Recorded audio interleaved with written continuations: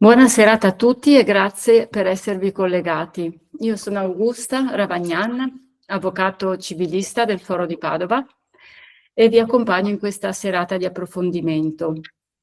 Prima di iniziare, mi piace ricordare che questo evento è promosso dal Movimento dei Focolari e dal Movimento Politico per l'Unità, movimento impegnato a creare spazi di dialogo e di confronto per promuovere la fraternità nella vita politica e nell'impegno civico. Questa sera proponiamo un tema che, pur sembrando un po' lontano dalla nostra quotidianità, tocca le basi della nostra democrazia ed è il referendum costituzionale del 22-23 marzo. L'obiettivo dell'incontro è mettere a disposizione di ciascuno tutte le informazioni necessarie per arrivare più preparati, più consapevoli al momento del voto. Durante questa conversazione è possibile, anzi vi invitiamo a fare le domande proprio durante l'esposizione del nostro relatore, così che alla fine potremo rivolgerle magari raggruppandole per argomento. Comparirà nel corso della conversazione un link Padlet nel quale potrete formulare le vostre domande. Vi ricordiamo di indicare il nome alla domanda che proponete. Allora, per aiutarci a navigare tra i tecnicismi di questa riforma e a capire gli effetti pratici che poi ai quali assistiamo nelle aule dei tribunali, abbiamo con noi l'avvocato Paolo Tabasso, avvocato penalista del Foro di Padova. Buonasera a tutti, ringrazio innanzitutto il Movimento Politico per l'Unità per l'invito, ringrazio anche la collega Ravagnan della presentazione. Come diceva, sono Paolo Tabasso, sono un avvocato penalista, esercito a Padova e sono qui insomma a vostra disposizione. Allora, Paolo Tabasso vive quotidianamente nelle aule del tribunale ed è diciamo, una presenza utile per capire non solo diciamo, la struttura insomma, teorica di questa riforma, ma anche per capire cosa dal punto di vista pratico può avvertire chi vive sul campo, cioè chi vive ogni giorno nelle aule dei tribunali. Allora Paolo, io inizio chiedendoti questo. Quando si parla di riforma della giustizia, cosa significa? Cioè, ti chiederei di farci comprendere innanzitutto qual è l'ambito di intervento di questa proposta di riforma, oltre poi a spiegarci il suo iter di approvazione. Certo. Allora, parto da una premessa a cui tengo particolarmente.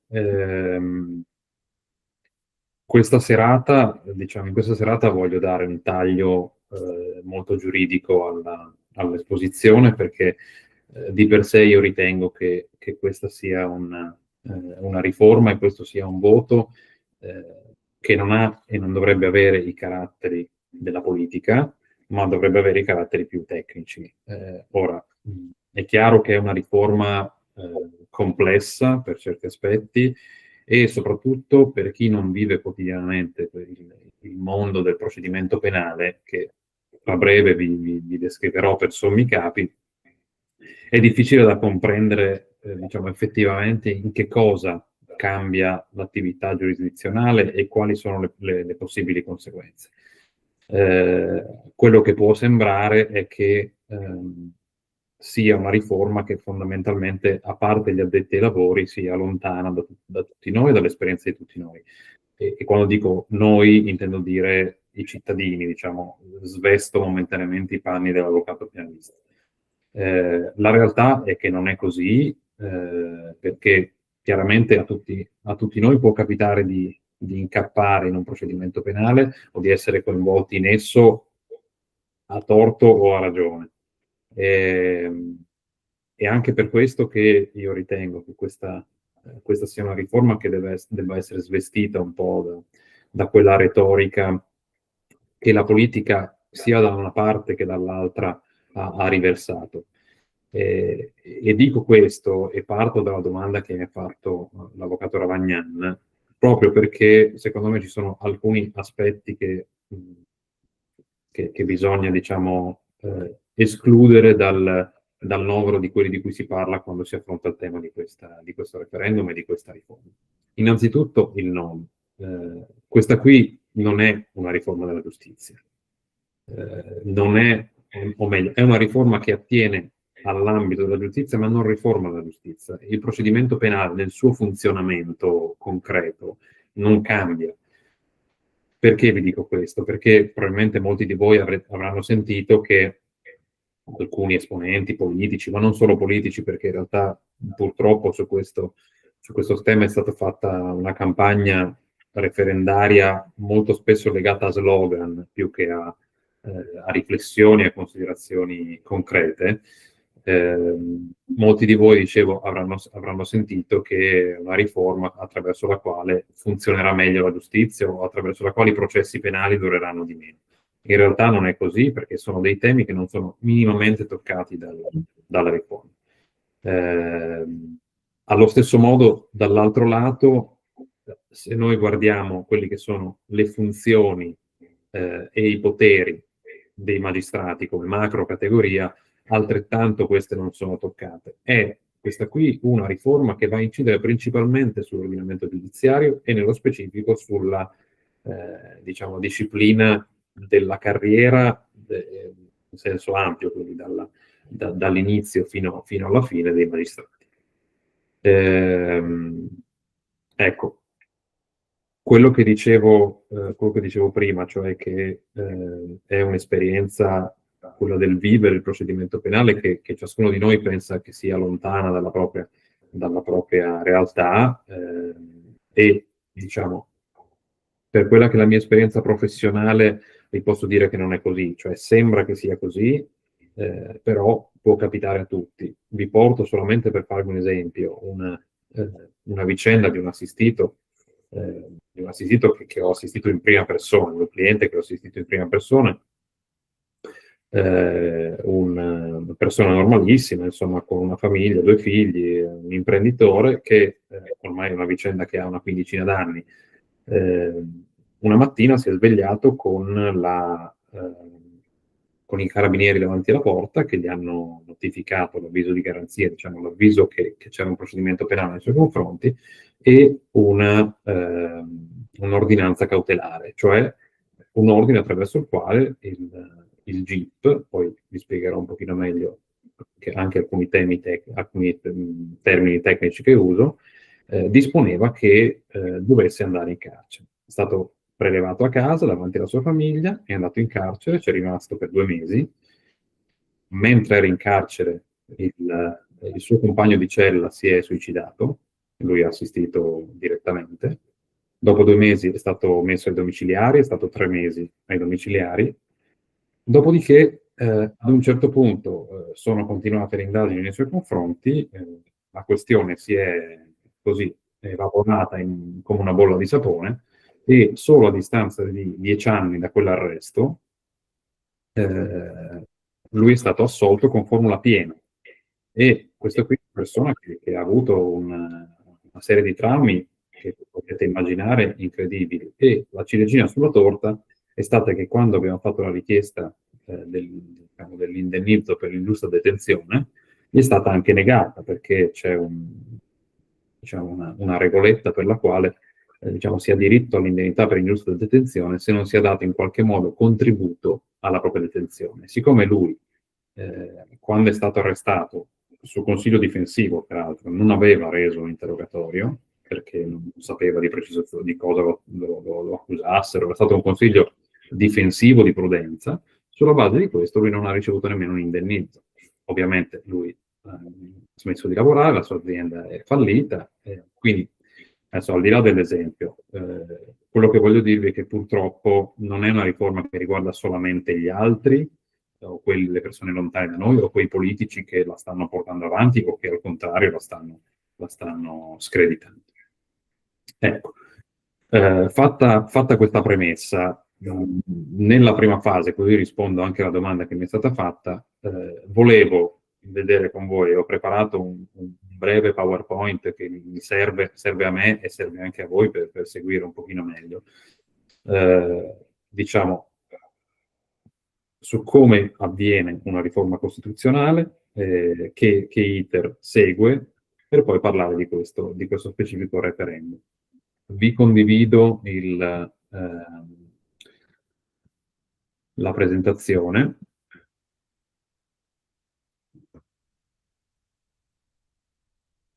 Ecco, spero che si veda bene. Benissimo, Paolo.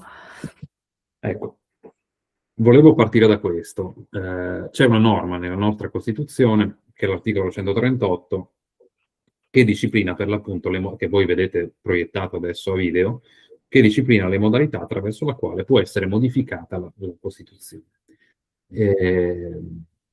La Costituzione, per essere modificata, ha un percorso obbligatorio con una svolta ad un certo punto e, come potrete leggere, è necessario che venga approvata una legge che si chiama costituzionale, è una legge, diciamo, più elevata in rango rispetto a una legge ordinaria, che deve vedere la partecipazione di entrambe le Camere, le quali si devono pronunciare ciascuna 2 volte, con almeno 3 mesi tra la prima delibera e la seconda. E ci sono 2 sbarramenti di quorum, di approvazione, cioè il primo sbarramento, cioè il minimo sindacale, deve essere approvata a maggioranza assoluta dei componenti di ciascuna Camera, il che vuol dire che deve essere raggiunto il 50% più 1 degli aventi diritto, quindi non dei presenti.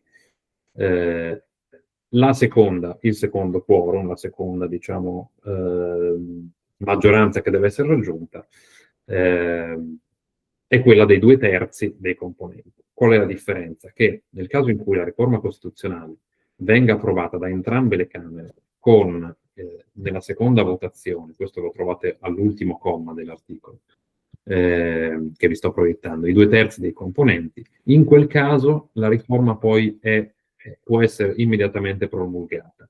Nel caso in cui invece si raggiunga una maggioranza un po' più bassa, quindi la sola, tra virgolette, maggioranza assoluta, si può far luogo al referendum, che è quello di cui ci stiamo occupando in questa sede. Dico si può perché non è indispensabile, nel senso che entro il termine di 3 mesi dalla pubblicazione della legge costituzionale possono fare una richiesta di referendum o un quinto, diciamo, un numero di parlamentari corrispondente a un quinto dei membri di una Camera, o 500.000 elettori, oppure 5 consigli regionali. Questo di fatto, quello del referendum, è una sorta di bilanciamento, di strumento per far intervenire il popolo a controllo dell'operato del Parlamento. Dico questo perché tutta la nostra Costituzione è creata con un sistema di pesi e contrappesi, come si dice in gergo tecnico, e questo è un contrappeso, cioè in sostanza è un potere che viene dato alla minoranza, perché è chiaro che, diciamo, la maggioranza che ha approvato la legge costituzionale non ha un interesse a sottoporlo a referendum, è un potere che si dà alla minoranza che raggiunga quantomeno il quinto dei componenti della singola Camera, di far sottoporre all'approvazione popolare questa riforma. E questo è esattamente il caso che ci occupa. Faccio una premessa sul referendum. Questo è un referendum a cui non siamo molto abituati, perché nella storia della Repubblica ce ne sono stati pochi. Siamo un po' più abituati a votare ai referendum abrogativi. Referendum abrogativi che sono quelli, ad uno di essi abbiamo votato pochi mesi fa. I referendum abrogativi hanno un meccanismo che è quello del quorum, per cui nella dinamica politica che voi conoscete sicuramente, il non andare a votare ha un significato di voto, perché il referendum abrogativo, perché possa passare, diciamo, possa essere favorevolmente approvato, deve votare il 50% degli aventi diritto, quindi il 50% degli italiani deve votare. Se non raggiunge questo quorum è come se il referendum abrogativo fosse stato rigettato. Questa cosa, che diciamo, come voi avete visto, molto spesso anche esponenti politici che votano e voterebbero no al referendum abrogativo consigliano ai propri elettori di non andare alle urne, proprio per non far raggiungere quel quorum. Questo referendum invece non presenta questo quorum, e questa cosa è importante perché mentre nel referendum abrogativo il non voto ha un significato. In questo caso il non voto non ha nessun significato, perché possa passare questo referendum sarebbe sufficiente anche un solo cittadino che vota e che vota sì. Quindi chiunque voglia esprimere il proprio voto deve andare alle urne, anche chi vuole esprimere il voto no, perché, dicevo, non presentarsi non ha lo stesso significato che il referendum abrogativo. In questo caso, quindi, la volontà dei cittadini, cioè il voto dei cittadini, prevale sul voto espresso in Parlamento. Assolutamente sì, ovviamente se il responso è negativo, perché se passa se prende la maggioranza il sì, ovviamente diciamo, è come se il popolo avallasse l'operato del Parlamento. Volevo, solo perché voi abbiate un'idea, proiettarvi un elenco degli ultimi e dei più rilevanti, delle ultime e delle più rilevanti riforme costituzionali che ci sono state in Italia. E questa è una diapositiva che ho fatto molto sintetica. Come vedrete ci sono alcuni referendum, quelli dall'alto sono, diciamo, i più recenti, alcuni più o meno rilevanti. L'ultimo è del 2022 con una modifica inserendo sostanzialmente nella Costituzione i valori della tutela dell'ambiente. La legge costituzionale del 2021 e quella del 2020 sicuramente le ricorderete perché erano relative al numero dei parlamentari, alla riduzione del numero dei parlamentari e alle modifiche sull'elettorato per l'elezione al Senato della Repubblica. Ho segnalato tra parentesi, come potete vedere, due di queste leggi costituzionali, quella del 2020 e quella del 2001, chiedo scusa, perché sono quelle che hanno avuto un referendum e che hanno avuto un referendum rispetto al quale ha vinto il sì. Vi ho segnato, se vedete, anche il referendum costituzionale del 2006 che ha avuto un esito negativo. Era relativo a una riforma costituzionale approvata dal Parlamento a maggioranza solo tra virgolette, assoluta, che riguardava in sostanza l'assetto politico, diciamo, era i rapporti tra gli organi, tra il Parlamento, il primo ministro e il Presidente della Repubblica, su una ridistribuzione dei ruoli e dei poteri, e in quel caso c'è stato un esito negativo. Volevo segnalarvi solamente per vostra informazione quelli che ritengo essere due delle riforme costituzionali più importanti degli ultimi 30-40 anni. La prima tra tutti che volevo segnalarvi è quella del 1999. Questa è una riforma particolarmente importante anche rispetto al tema di cui parliamo noi, perché oggi? Perché nel 1999 è stato introdotto all'interno della Costituzione quello che prima non c'era, cioè una serie di principi del cosiddetto giusto processo. Si tratta proprio in ambito di procedimento penale. E quello che prima era un articolo 111 molto molto stringato, che faceva riferimento in sostanza solamente alle modalità con le quali avveniva il giudizio da parte dei giudici, ci sono state l'inserimento di una serie di commi, in particolare quelli dall'1 al 5, che hanno previsto delle norme estremamente importanti a tutela del cittadino di fronte al procedimento penale. Una tra tutte, ve la leggo perché è poi quella che in qualche modo ha aperto anche a questa riforma, è quella dell'articolo 2, e dice, il comma 2 dell'articolo 111 dice: ogni processo si svolge nel contraddittorio delle parti in condizioni di parità, quindi con le parti che sono uguali tra loro, davanti a un giudice terzo e imparziale. La legge poi ne assicura la ragionevole durata. E poi il comma 4 che dice: il processo penale è regolato dal principio del contraddittorio, cioè si forma nel contraddittorio delle parti il processo, non è fatto solo da una parte o solo dal giudice. E poi l'altra grossa riforma costituzionale è quella del 93, che vedete l'ultima di quelle che ho inserito nella diapositiva. Ovviamente non sono tutte queste, sono solamente quelle che ho ritenuto di inserire o perché particolarmente recenti o perché particolarmente importanti. L'ultima, dicevo, è la modifica dell'articolo 68 della Costituzione, ed è quella riforma che ha, diciamo, diminuito le garanzie previste per i parlamentari rispetto all'instaurazione di un procedimento penale a loro carico.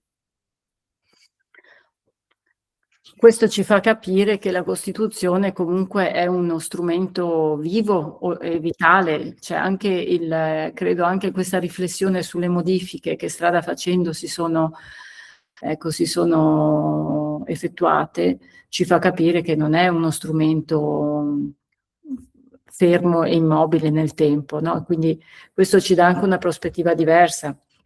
Detto questo, venendo adesso alle tematiche che invece sulle quali ci vediamo chiamati oggi, e quindi tornando a quello che ci dicevi inizialmente sulla dimensione, diciamo, di questa riforma, che non va a toccare, ecco, la giustizia in generale, ma l'ordinamento. Certo. In particolare, come delinei, diciamo, i campi in cui entra in gioco questa riforma? Sono due filoni principali, puoi spiegarci qualcosa di più? Certo.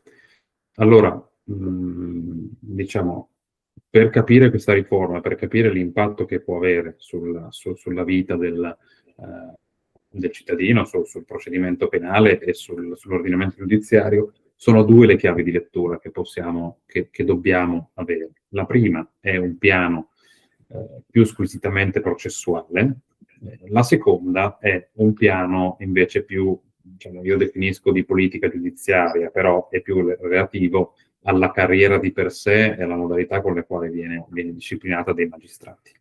A questo proposito, prima di darvi un po' le coordinate di fondo del sistema come è adesso, per poi vedere come verrebbe modificato, se venisse approvato questo referendum, ho preparato un paio di diapositive che descrivono molto brevemente quella che è la situazione in questa materia anche negli altri stati europei. Vi premetto che ovviamente sono situazioni molto diverse, quindi anche qui ragionare per slogan non ha molto senso. Sono esperienze tutte diverse con diciamo, alcuni aspetti similari ai nostri, alcuni aspetti diversi dai nostri.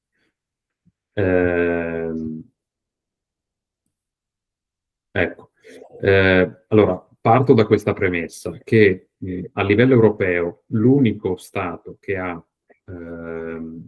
una modalità diciamo, di gestione delle carriere dei magistrati uguale sostanzialmente a quella italiana, cioè del tutto sovrapponibile a quella italiana, è quella della Grecia. Tutte le altre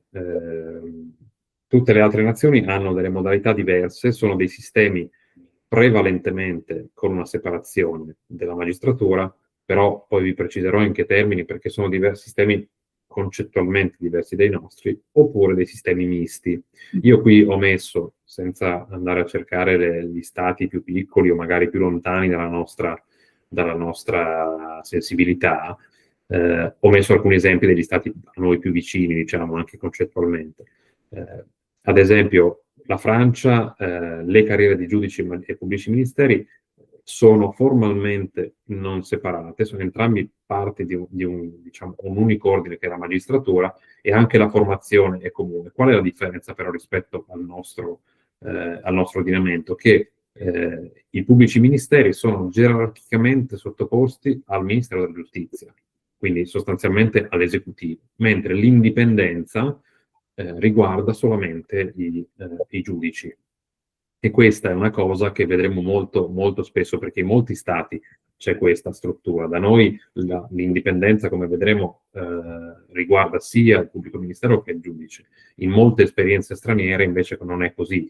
Allo stesso modo, diciamo, o meglio, in modo leggermente diverso, vale la stessa cosa anche per la Spagna, perché le carriere sono separate, sono proprio due ordini diversi, anche i concorsi attraverso i quali accedono al loro ruolo sono diversi. Hanno anche loro due CSM, anche loro come propone la riforma, due CSM, o quantomeno l'equivalente dei CSM, Però anche in questo esempio, anche nella Spagna, i pubblici ministeri sono gerarchicamente sottoposti a quello che in Italia potrebbe essere definito come procuratore generale, che però è di nomina politica. Quindi in sostanza anche i pubblici ministeri spagnoli sono in qualche modo riconducibili alla politica. Per quanto riguarda la Germania, invece c'è una netta separazione sia professionale che funzionale. I pubblici ministeri, però in questo caso, come dice anche lo stesso nome tedesco che ho riportato perché è un po' evocativo, il suffisso stat lo fa capire, sono dei dipendenti pubblici che sono però sostanzialmente dei funzionari e anch'essi dipendono dal Ministero della Giustizia. Invece i giudici sono indipendenti e inamovibili, hanno una formazione comune, dopodiché ad un certo punto si differenzia e hanno due esami distinti da affrontare. E non esiste un organo omologo a quello che è il CSM, il Consiglio Superiore della Magistratura Italiana. L'Austria ha diciamo una dinamica simile a quella della Germania, con l'unica differenza che ci sono due organi di autogoverno, due CSM, passatemi questo termine.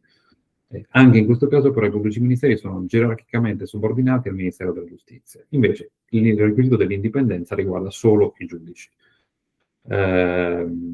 Lo stesso vale per la Danimarca. È un po' diverso, e lo tratterò veramente velocemente, il caso dell'Inghilterra.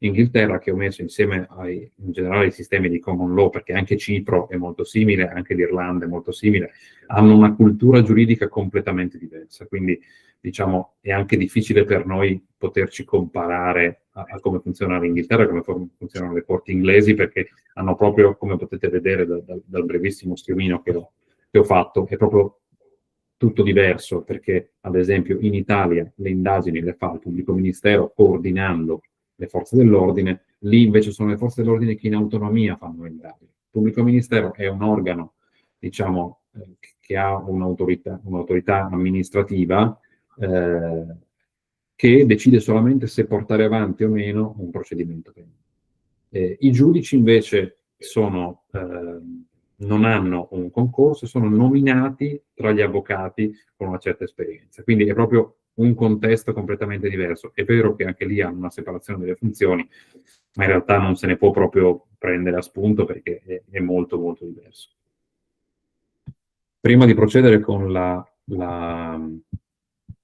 le diapositive, volevo fare una brevissima carrellata di quello che dicevo prima, cioè del primo piano, il piano processuale. Cioè, per capire come va a incidere questa riforma sul procedimento penale, vi do un paio di requisiti di fondo. Mi scuso se per qualcuno sono già cose note, però penso che sia opportuno ribadirle. La prima cosa che volevo focalizzare è questa.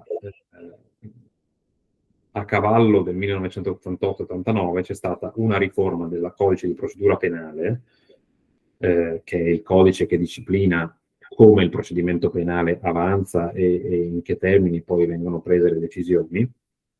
Così per sintesi, scusatemi, ogni tanto uso una terminologia un pochino semplificata per non, diciamo, indurre in confusione con gergalismi o altro, termini tecnici che non sono l'oggetto di questa relazione.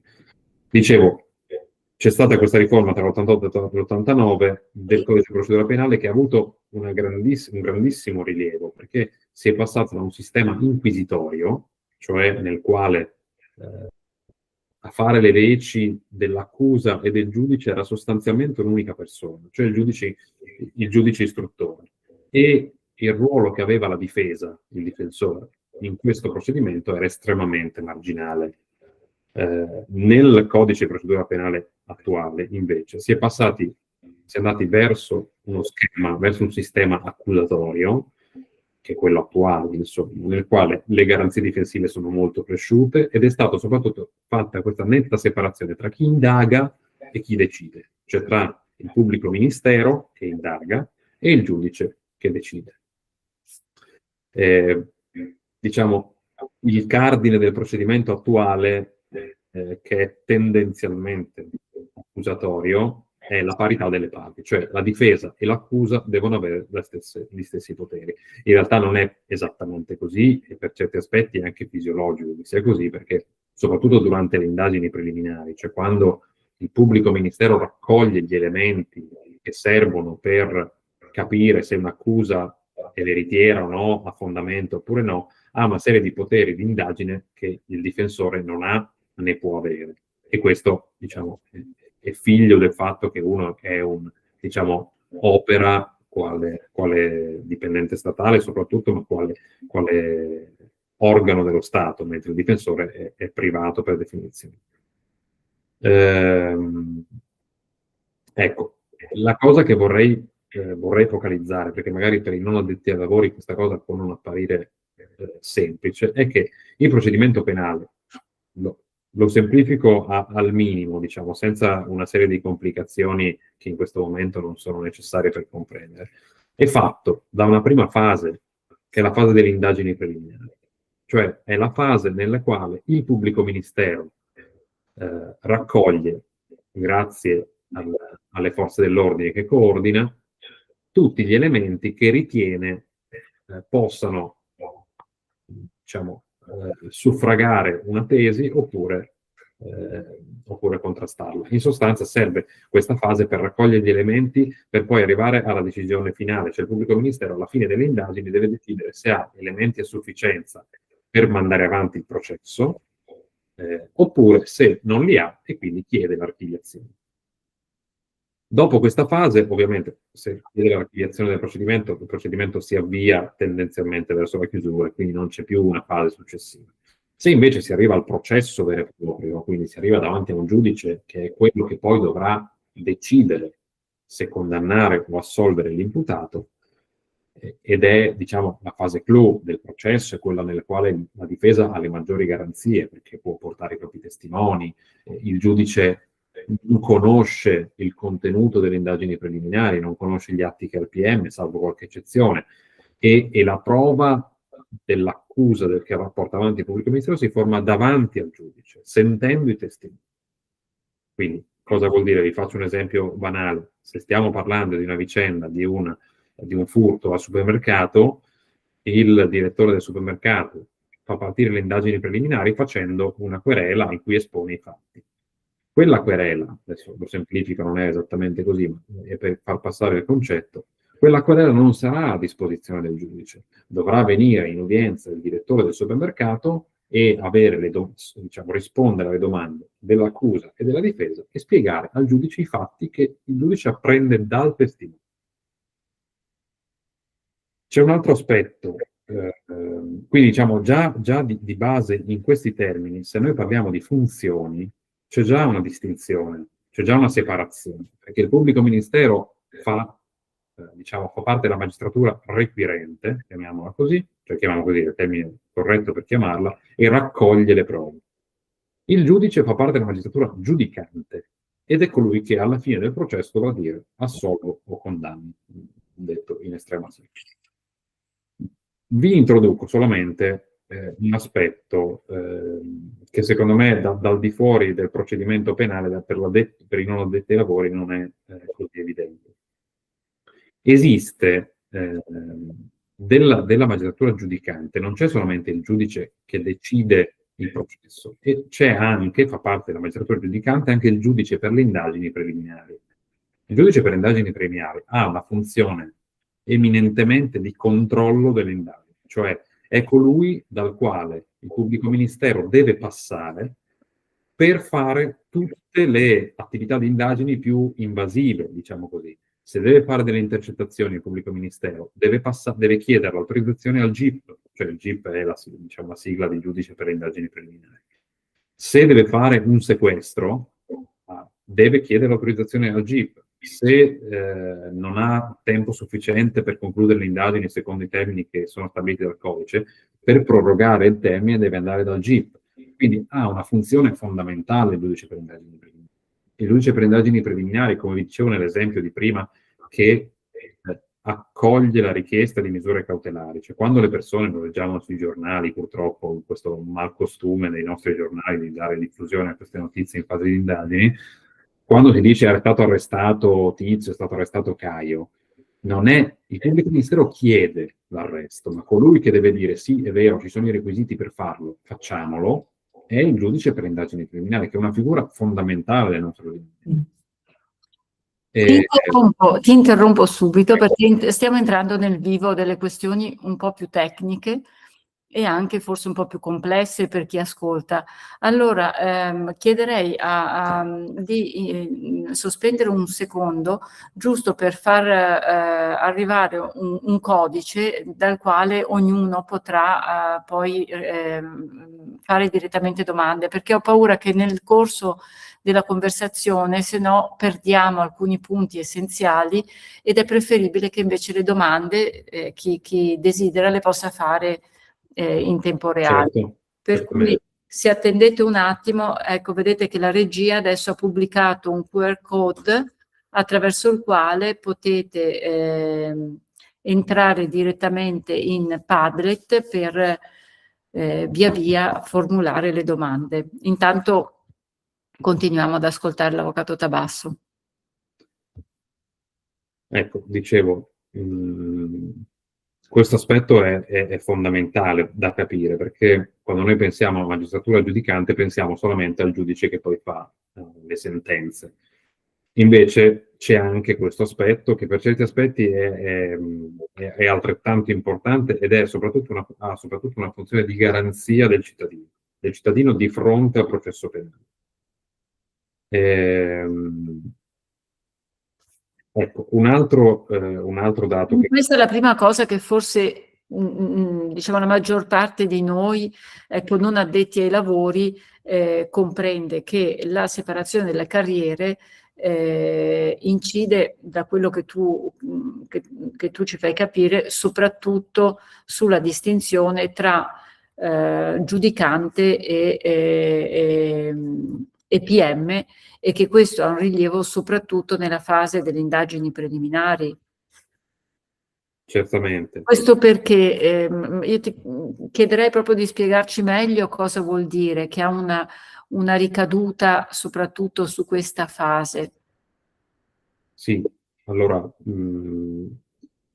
colgo l'occasione per precisarvi questa cosa. Avrete sentito, insomma, nei vari dibattiti che ci sono su questo tema, ci sono stati nel corso degli ultimi giorni, settimane, mesi.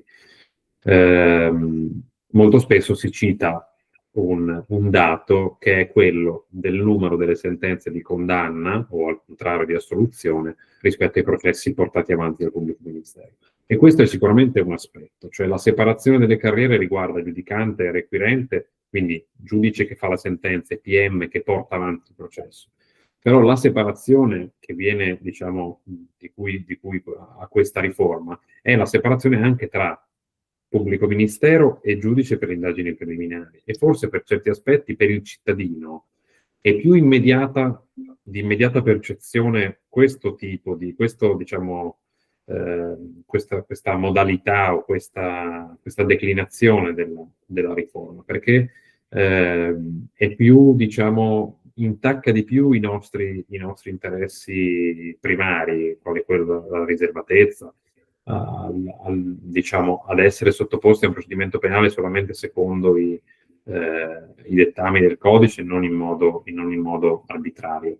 E quindi quando parliamo di separazione delle carriere dobbiamo pensare sempre che sono, diciamo, delle tre figure principali di magistrati, perché sono tutti quanti magistrati, però ce ne sono una, il PM, che sta da un lato, e gli altri due che stanno dall'altro, sono entrambe giudicanti. Proprio due parole per spiegarvi come si diventa magistrati in Italia, giusto perché così, diciamo, si ha anche questo aspetto. Diciamo, tra avvocati e magistrati il corso di laurea è lo stesso, la laurea in giurisprudenza. Da quel momento, quindi i 5 anni di laurea in giurisprudenza sono stati comuni a me, come a tutti i miei colleghi di università che adesso magari sono giudici o sono pubblici ministeri.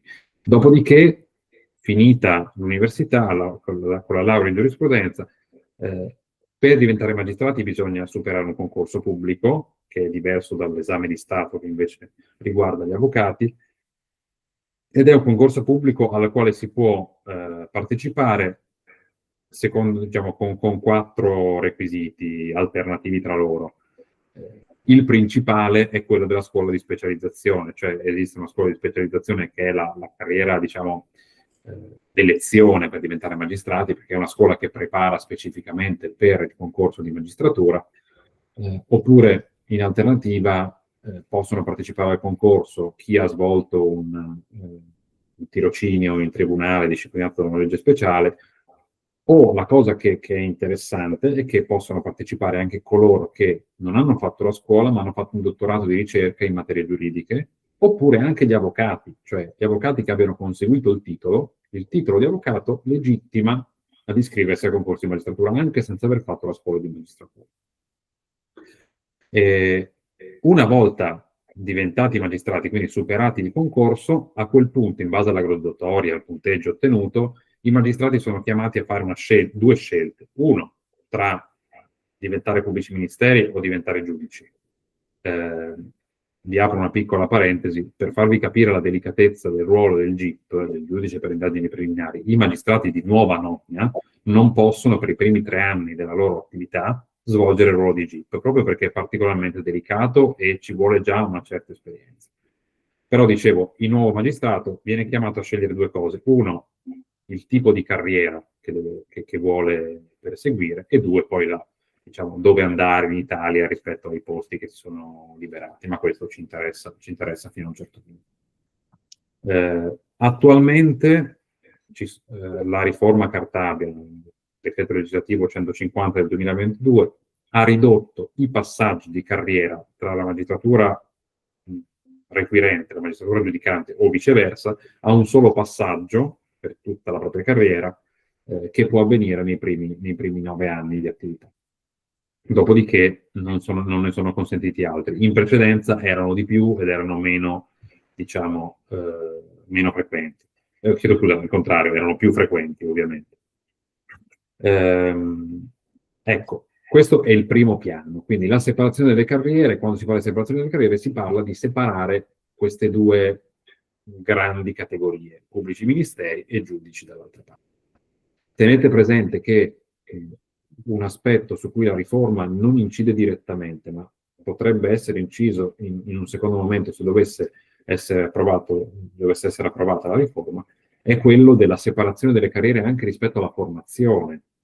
Cioè non solo la separazione a valle del concorso, cioè dopo che il singolo magistrato ha scelto quale carriera intraprendere, ma anche nella formazione. Perché qual è l'aspetto che si percepisce? Questo ve lo porto come mia esperienza, che fondamentalmente agli occhi del giudice, che sta, diciamo, sopra il giudice terzo imparziale che dice la Costituzione, ha di fronte un avvocato e quello che diciamo, per formazione è quasi come se fosse un collega, perché è colui con cui ha studiato fino al mese precedente, fino ai mesi precedenti, è quello con cui ha fatto lo stesso concorso. E quindi non è escluso che se dovesse passare il sì, e quindi dovesse passare la riforma inciderebbe anche sulla formazione poi dei magistrati, per separarli sin da principio, come in molti altri stati è già attuale. Quindi questo è il primo piano, quello che ho definito processuale. C'è poi un piano che io definisco, questa è la mia terminologia, di politica giudiziaria, e che riguarda specificamente il CSM, cioè il Consiglio Superiore della Magistratura, e poi anche vedremo l'aspetto disciplinare dell'Alta Corte. Allora, brevissimamente, che cos'è il CSM? Il CSM è un organo di rango costituzionale, perché è previsto dalla Costituzione, ed è l'organo, si dice, di autogoverno dei magistrati, cioè l'organo che è al vertice della categoria dei magistrati e che si occupa di tutta una serie di attività, diciamo, anche logistiche per certi aspetti, perché si occupa delle assunzioni, si occupa dei trasferimenti dei magistrati, cioè il magistrato che vuole trasferirsi da Padova e vuole andare a lavorare a Venezia deve fare richiesta al CSM, si occupa delle promozioni, cioè dei passaggi di carriera dei magistrati che prevedono una valutazione di idoneità. Si occupa poi, e questo è l'altro grosso tema, dei procedimenti disciplinari, cioè di tutte quelle segnalazioni, denunce che vengono fatte ai magistrati, l'organo che si occupa di decidere se hanno un fondamento oppure no, se assolvere o condannare il magistrato, è il CSM, il Consiglio Superiore della Magistratura. Ci tengo a precisare questo, che il CSM non è un organo di rappresentanza, cioè non è l'alter ego del Parlamento per i cittadini, diciamo, ordinari, diciamo, tutti noi. E non è neanche un organo politico, è un organo proprio che diciamo, disciplina il mondo e la carriera dei magistrati, dall'inizio sino al termine. Due brevi parole su come è composto. Il CSM è composto da 33 membri, di cui 3 sono membri per legge. Sono uno il Presidente della Repubblica, che però diciamo di fatto ha un ruolo più onorario che effettivo. Infatti sono rarissimi i casi in cui il Presidente della Repubblica partecipa alle riunioni del CSM. E poi ci sono il primo Presidente della Corte di Cassazione e il Procuratore Generale presso la Corte di Cassazione, che sono sostanzialmente il capo dei giudici della Corte di Cassazione, per intenderci, e il capo dei pubblici ministeri presso la Corte di Cassazione. Quindi diciamo sono le due cariche tra i magistrati più elevate. E poi ci sono 30 membri che hanno un mandato di 4 anni e sono 20, si dice, togati, quindi 20 sono magistrati, o PM o giudici, e 10 sono laici. I 10 laici sono nominati, laici vuol dire non magistrati, ecco. I 10 laici sono nominati dal Parlamento in seduta comune e devono essere o professori universitari, professori ordinari universitari in materie giuridiche, oppure avvocati con almeno 15 anni di esperienza. Mentre per quanto riguarda i 20 magistrati, questi vengono eletti all'interno della categoria, diciamo così, dei magistrati. Ed è su questo secondo piano, anzi questo è il secondo piano su cui vuole incidere la riforma, cioè vuole da un lato evitare che all'interno del CSM il CSM sia regolato da quelle che tutti voi avete sentito parlare come correnti, come il fenomeno del correntismo, cioè quegli accordi che hanno in realtà natura politica e che disciplinano le decisioni del CSM in base ad accordi politici. Perché questa cosa è indicata come delicata? Perché il CSM, che può sembrare abbia un ruolo non così rilevante per la vita di ciascuno, in realtà ha una delle funzioni più importanti, che è quella di nomina di alcune cariche particolarmente rilevanti. Se deve essere nominato il capo della Procura di Roma, che è la procura più importante d'Italia, è il CSM che lo nomina. E quindi capite che il capo della Procura di Roma detta poi diciamo, le linee guida rispetto alla quale tutta la Procura di Roma si deve adeguare. E quindi nominare Tizio, nominare Caio non è una cosa del tutto irrilevante per la vita di tutti noi, nello specifico di chi sta nel distretto di riferimento, però ha questo ruolo molto importante. Ora, per entrare un pochino nel vivo e poi per andare verso la chiusura, perché forse ho preso anche più tempo di quello che prevedevo, ho preparato una serie di diapositive che adesso vi proietto, nelle quali troverete, vi propongo diciamo, col testo a fronte, il testo attuale e il testo, diciamo, se dovesse essere approvata la riforma. Voi troverete, a parte un articolo perché è particolarmente inciso, ho dovuto fare una diapositiva autonoma, però troverete in rosso le parti che vengono aggiunte o modificate, quindi questo per una più agevole comprensione. Avvocato Tabassola, Sì, fermo un attimo così rimandiamo il QR code finché certamente. Io intanto carico la il... slide.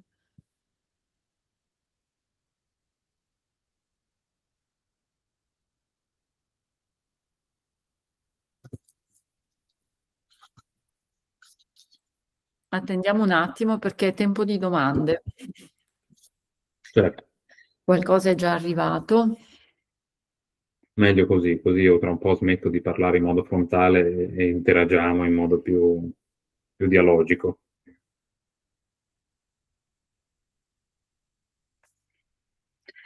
Allora, nel frattempo,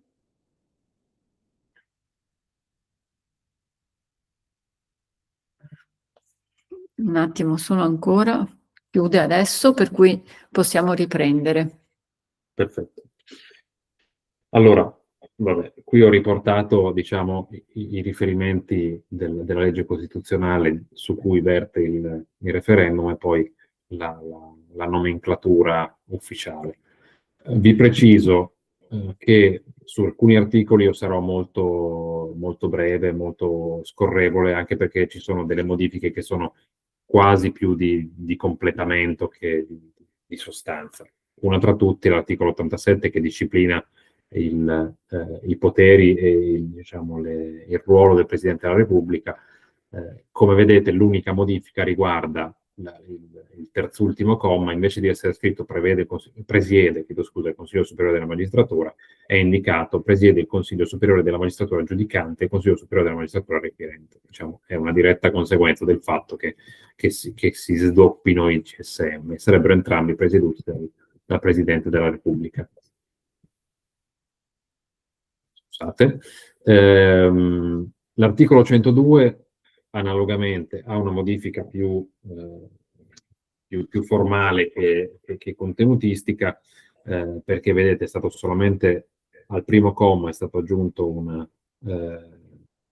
solamente un ultimo segmento, perché le norme dell'ordinamento giudiziario, che sono le norme di legge che disciplinano diciamo, il modo in cui è esercitata la giurisdizione, disciplinano anche le carriere dei magistrati,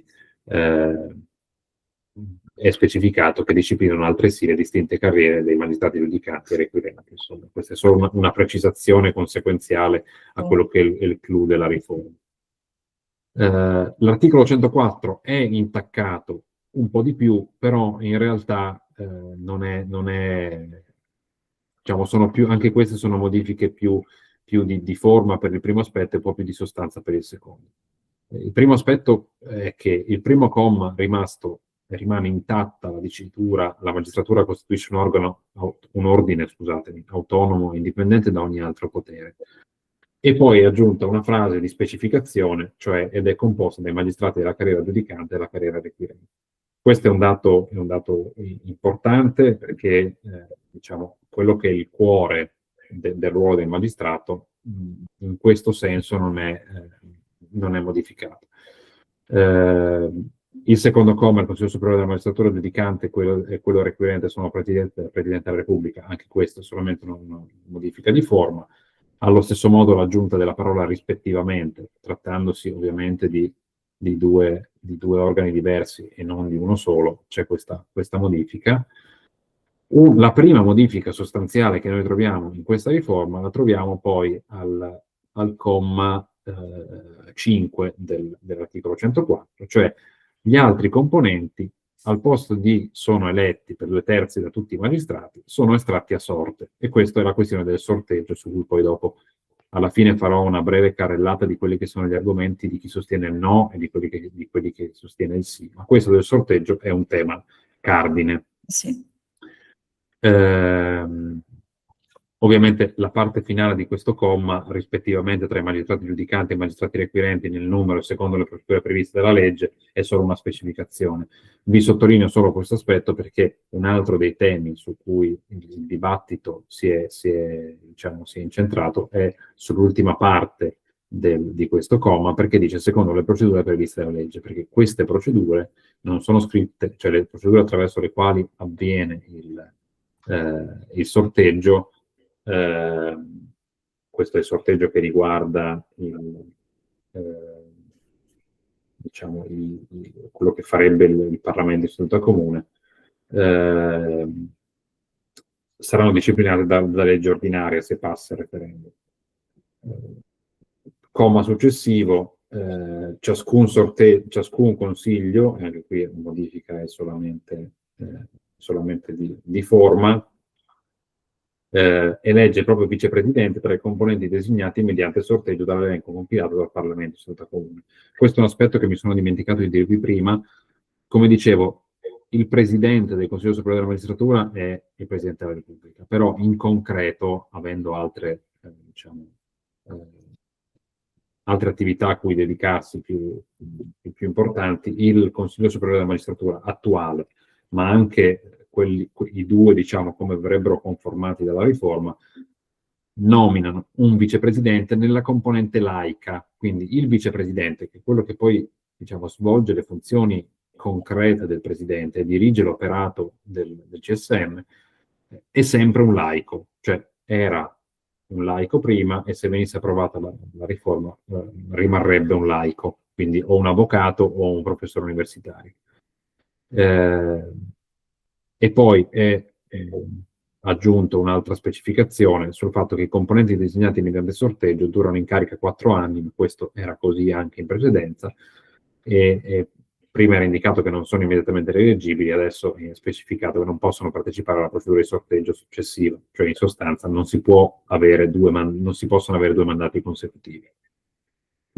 Poi l'articolo 105, lo riporto così, questo è il testo dell'articolo, diciamo, come è attualmente, ed è quello su cui più di tutto la riforma ha inciso, e infatti ho dovuto dedicare una diapositiva autonoma. Adesso su questo ci soffermiamo qualche minuto in più perché è più centrale. Questo è il nuovo testo, come vedete è molto più lungo, anche perché è in questo testo che viene introdotta l'Alta Corte. L'Alta Corte è quell'organo che prenderebbe in mano tutto il segmento, diciamo, del procedimento disciplinare che adesso è in mano al CSM e, diciamo, che lo esternalizzerebbe avanti a sé. E quindi, diciamo, ovviamente questo ha richiesto un maggiore intervento su questo articolo. La prima parte descrive quello che già attualmente è, cioè che spetta a ogni Consiglio Superiore della Magistratura, secondo le norme sull'ordinamento giudiziario, le assunzioni, le assegnazioni, i trasferimenti, le valutazioni di professionalità, i conferimenti di funzioni nei riguardi dei magistrati, che è quello che già adesso fa il CSM. La prima modifica fondamentale è nel secondo comma, cioè la giurisdizione disciplinare nei riguardi dei magistrati ordinari, giudicanti e requirenti è attribuita all'Alta Corte disciplinare, che quindi assomma su di sé, mentre i due CSM sarebbero distinti, e per l'appunto sarebbero due, l'Alta Corte sarebbe invece un unico organo che giudica sia sui giudici che sui pubblici ministeri. Poi, per quanto riguarda la composizione, l'Alta Corte è composta da 15 giudici, quindi un numero, diciamo, un numero inferiore rispetto a quelli che compongono attualmente il CSM, 3 dei quali nominati dal Presidente della Repubblica tra professori ordinari di università in materie giuridiche e avvocati con almeno 20 anni di esercizio, quindi 3 del Presidente della Repubblica. 3 estratti a sorte da un elenco di soggetti in possesso dei medesimi requisiti, che il Parlamento in seduta comune entro 6 mesi dall'insediamento compila, quindi in sostanza 3 del Presidente della Repubblica, 3 del Parlamento in seduta comune, cioè il Parlamento in seduta comune forma l'elenco. Quando dico Parlamento in seduta comune vuol dire che sono entrambe le Camere riunite.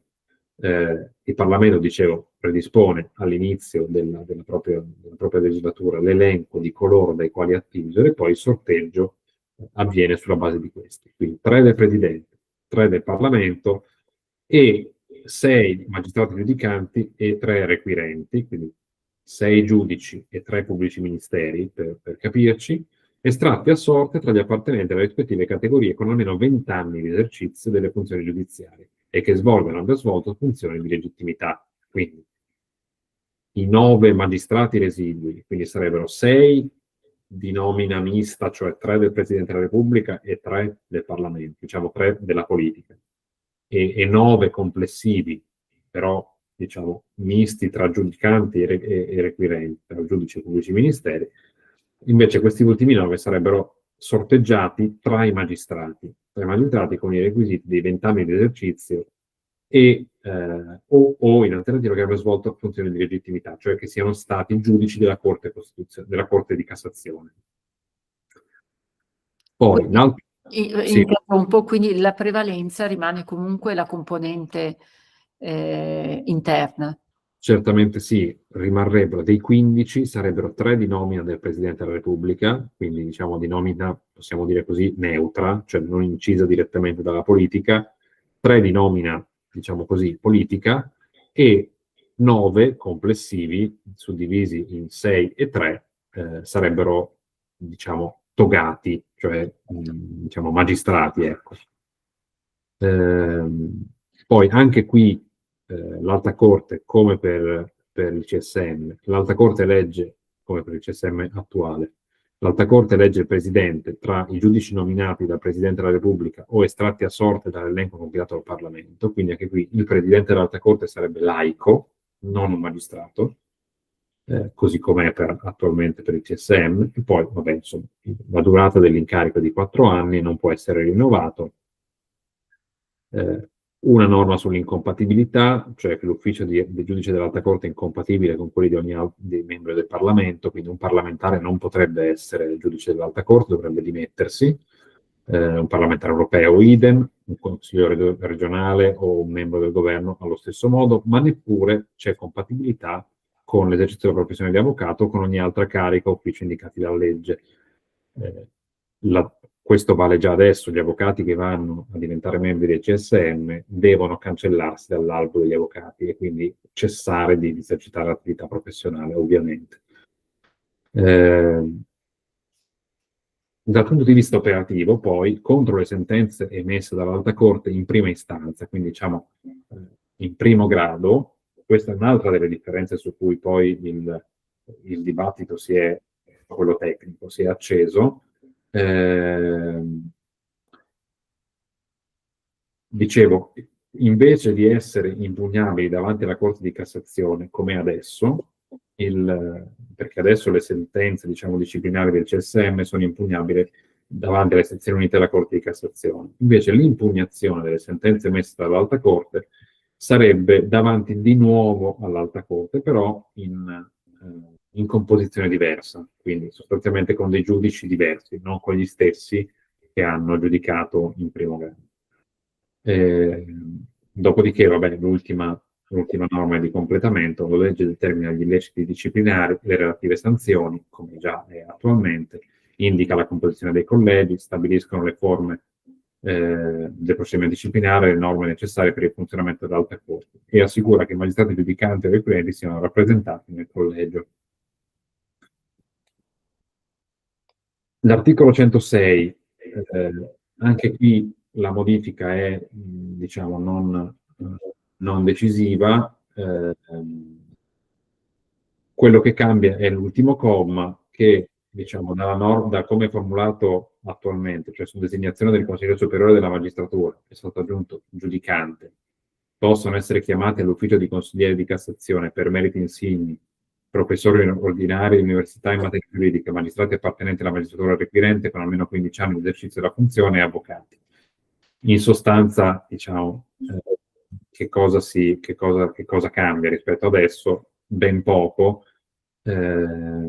Semplicemente per poter andare a fare il consigliere di Cassazione, quindi diciamo il massimo livello, il massimo avanzamento di carriera per i magistrati, mentre prima la norma lo disciplinava in modo unitario sia per giudicanti che per i requirenti, adesso invece c'è la distinzione, no? Che è figlia della distinzione tra le due carriere. L'articolo 107 non lo commento nemmeno, come vedete c'è solamente un'aggiunta rispetto al fatto che non possono essere dispensati o sospesi del servizio i magistrati né destinati ad altre sedi o funzioni se non a seguito della decisione del rispettivo consiglio, invece che dell'unico consiglio superiore che c'è adesso. L'articolo 110 idem ha una modifica anche qui solamente di forma, diciamo, dovuta allo sdoppiamento dei CSM, quindi dal punto di vista lessicale è stata modificata così. Vi sottopongo poi quest'ultimo tema perché non è parte, diciamo, diretta della Costituzione, però è bene che si sappia, cioè l'ultimo articolo della legge costituzionale su cui incide il referendum sono le disposizioni transitorie. Le disposizioni transitorie vanno a disciplinare quello che sarà il periodo tra l'eventuale approvazione del referendum e poi la messa in pratica effettiva. Nello specifico, il primo comma si dice che le leggi del sul Consiglio Superiore della Magistratura, sull'ordinamento giudiziario, sulla giurisdizione disciplinare, sono adeguate alle disposizioni della presente legge costituzionale entro un anno dalla data della sua entrata in vigore. È sostanzialmente un modo per dare un termine entro il quale questa riforma deve essere attuata, ed è un termine di un anno dall'entrata in vigore. La seconda norma è abbastanza standard in questi casi, cioè fino a quando non verranno approvate queste leggi appena indicate, si applica, diciamo, si continua ad applicare la disciplina vigente.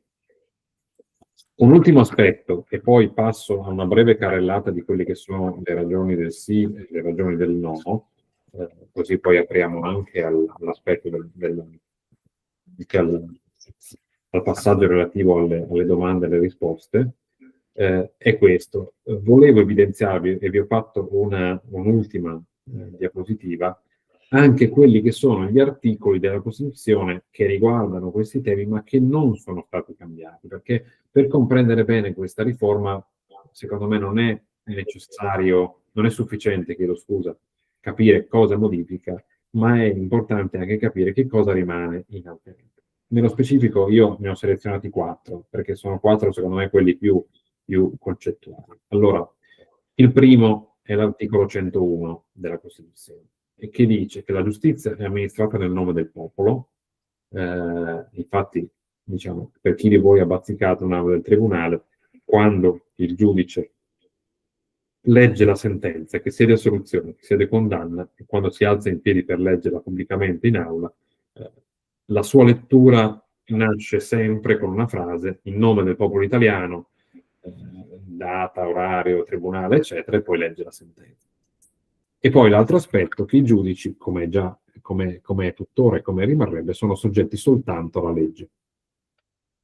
Un altro aspetto importante è quello dell'articolo 102, soprattutto per quanto riguarda il primo comma. Gli altri sono un pochino meno di rilievo, e cioè la funzione giurisdizionale esercitata da magistrati ordinari istituiti e regolati dalle norme sull'ordinamento giudiziario, cioè come è adesso, cioè che i magistrati ordinari sono disciplinati nella loro carriera, diciamo, nelle loro funzioni dalle norme sull'ordinamento giudiziario, così rimarrebbe anche se dovesse essere approvata la riforma. Poi un altro articolo che non è stato modificato dalla riforma, non è stato intaccato dalla riforma, e lo metto qui perché molto si è parlato di questa cosa, perché ho sentito, l'avrete sentito anche voi, diciamo che c'è un tema che è stato strumentalizzato tramite slogan, sia da una parte che dall'altra, sul rapporto tra il pubblico ministero e la polizia, le forze dell'ordine. Rispetto a questo tema non è modificato l'articolo 109, che dispone che l'autorità giudiziaria, e per autorità giudiziaria si intende sia PM che giudice, però è chiaro che per definizione è più il PM che ne dispone, però l'autorità giudiziaria dispone direttamente dalla polizia giudiziaria. L'ultimo articolo che mi sembra importante da segnalarvi è l'articolo 112, che prevede il principio dell'obbligatorietà dell'azione penale. Testualmente si dice che il pubblico ministero ha l'obbligo di esercitare l'azione penale. Questo cosa vuol dire? Questo vuol dire che il pubblico ministero, posto di fronte, cioè che sia separato dal giudice o non lo sia, posto di fronte a una notizia di reato, cioè quando viene a conoscenza di una notizia di reato, non ha una scelta se portare avanti le indagini, il procedimento oppure no. Se ci sono i requisiti, cioè se trova elementi sufficienti per mostrare la tesi accusatoria, deve portarla avanti, che si tratti di reati gravi, che si tratti di reati minimali.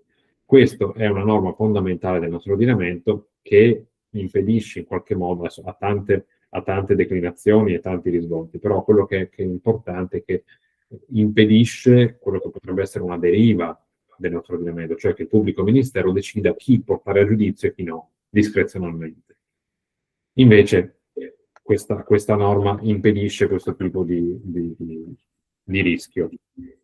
Poi ovviamente questo lo preciso solo perché sia chiaro a tutti, è chiaro che ci sono dei criteri di priorità, per cui alcuni tipi di reato particolarmente gravi hanno un po' una corsia preferenziale e hanno una corsia d'urgenza rispetto a reati meno gravi, questo è ovvio, però in questo contesto in cui viene data una priorità ai reati, perché è chiaro che tra dedicarsi a un furto di 20 euro al supermercato, dedicarsi all'omicidio avvenuto in abitazione, è chiaro tra i due quale deve avere la priorità. Però al netto di questo il pubblico ministero non può dire io porto avanti l'omicidio e non porto avanti il furto in supermercato, anche se con tempistiche fisiologicamente diverse, deve portare avanti entrambe. Bene, detto questo, io mi avvio alla conclusione. Forse un accenno alle leggi Certo. attuative.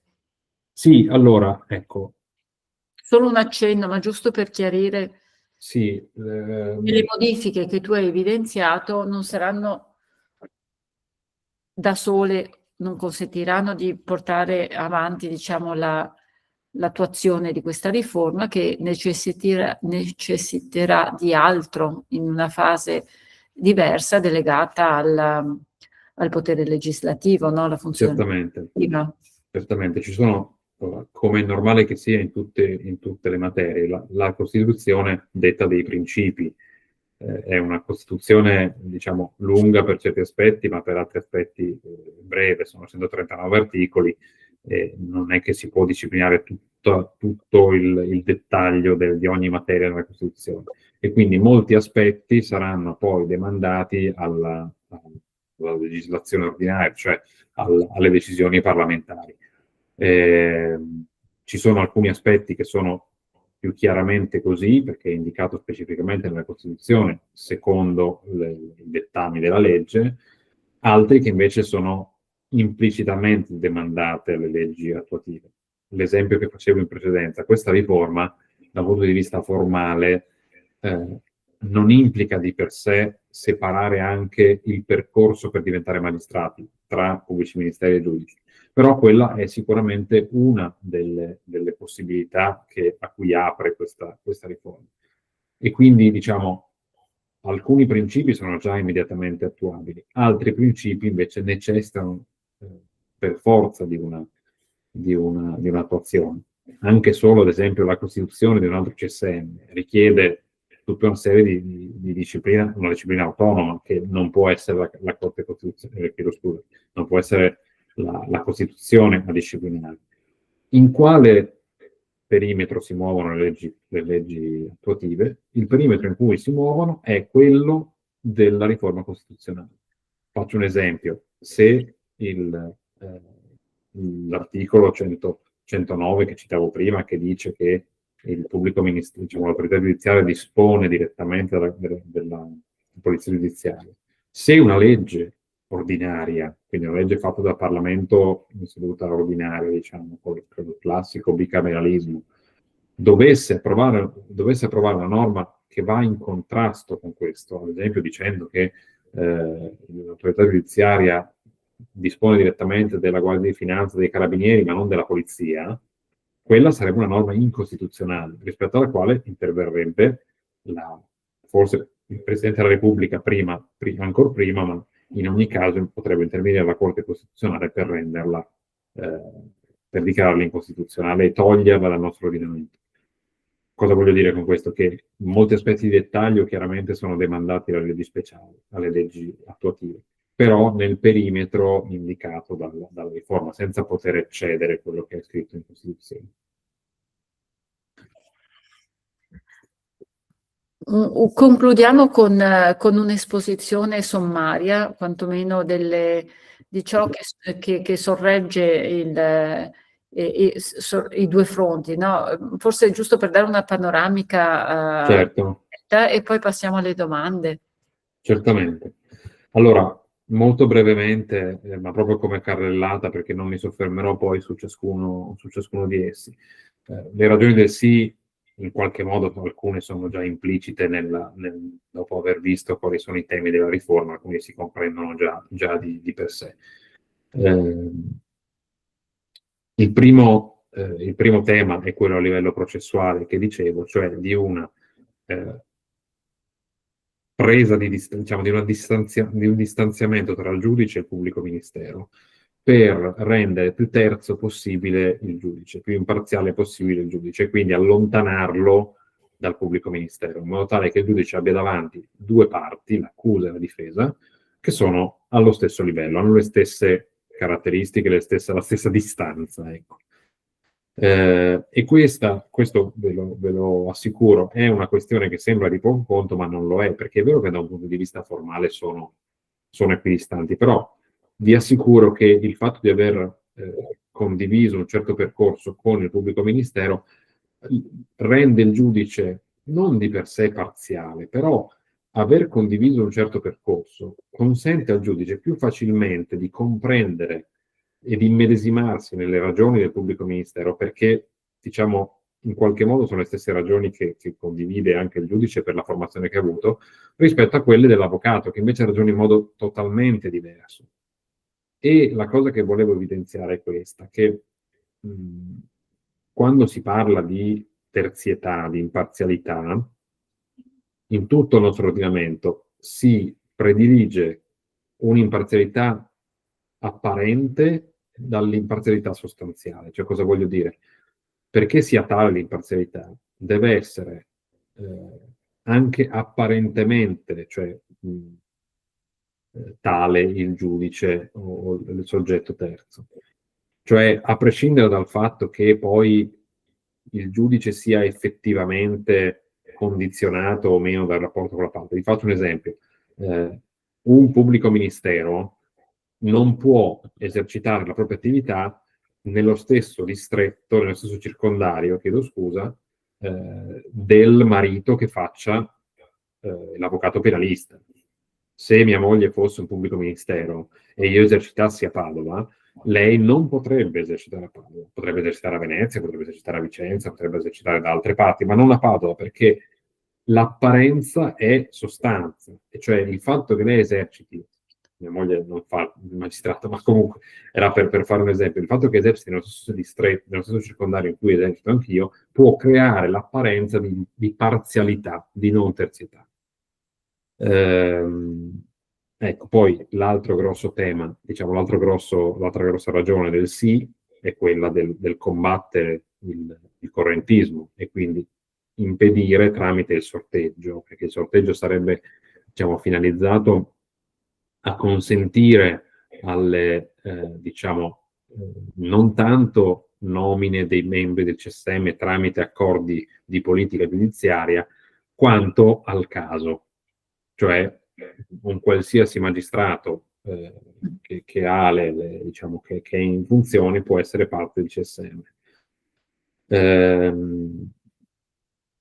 Ecco, le ultime due cose che ho letto rispetto alle ragioni del sì sono queste. La prima è che il sorteggio, che viene visto come un dato negativo, un modo sbagliato per scegliere i membri di un organo costituzionale di così alto lignaggio, di così complessa attività, in realtà, dice chi sostiene il sì,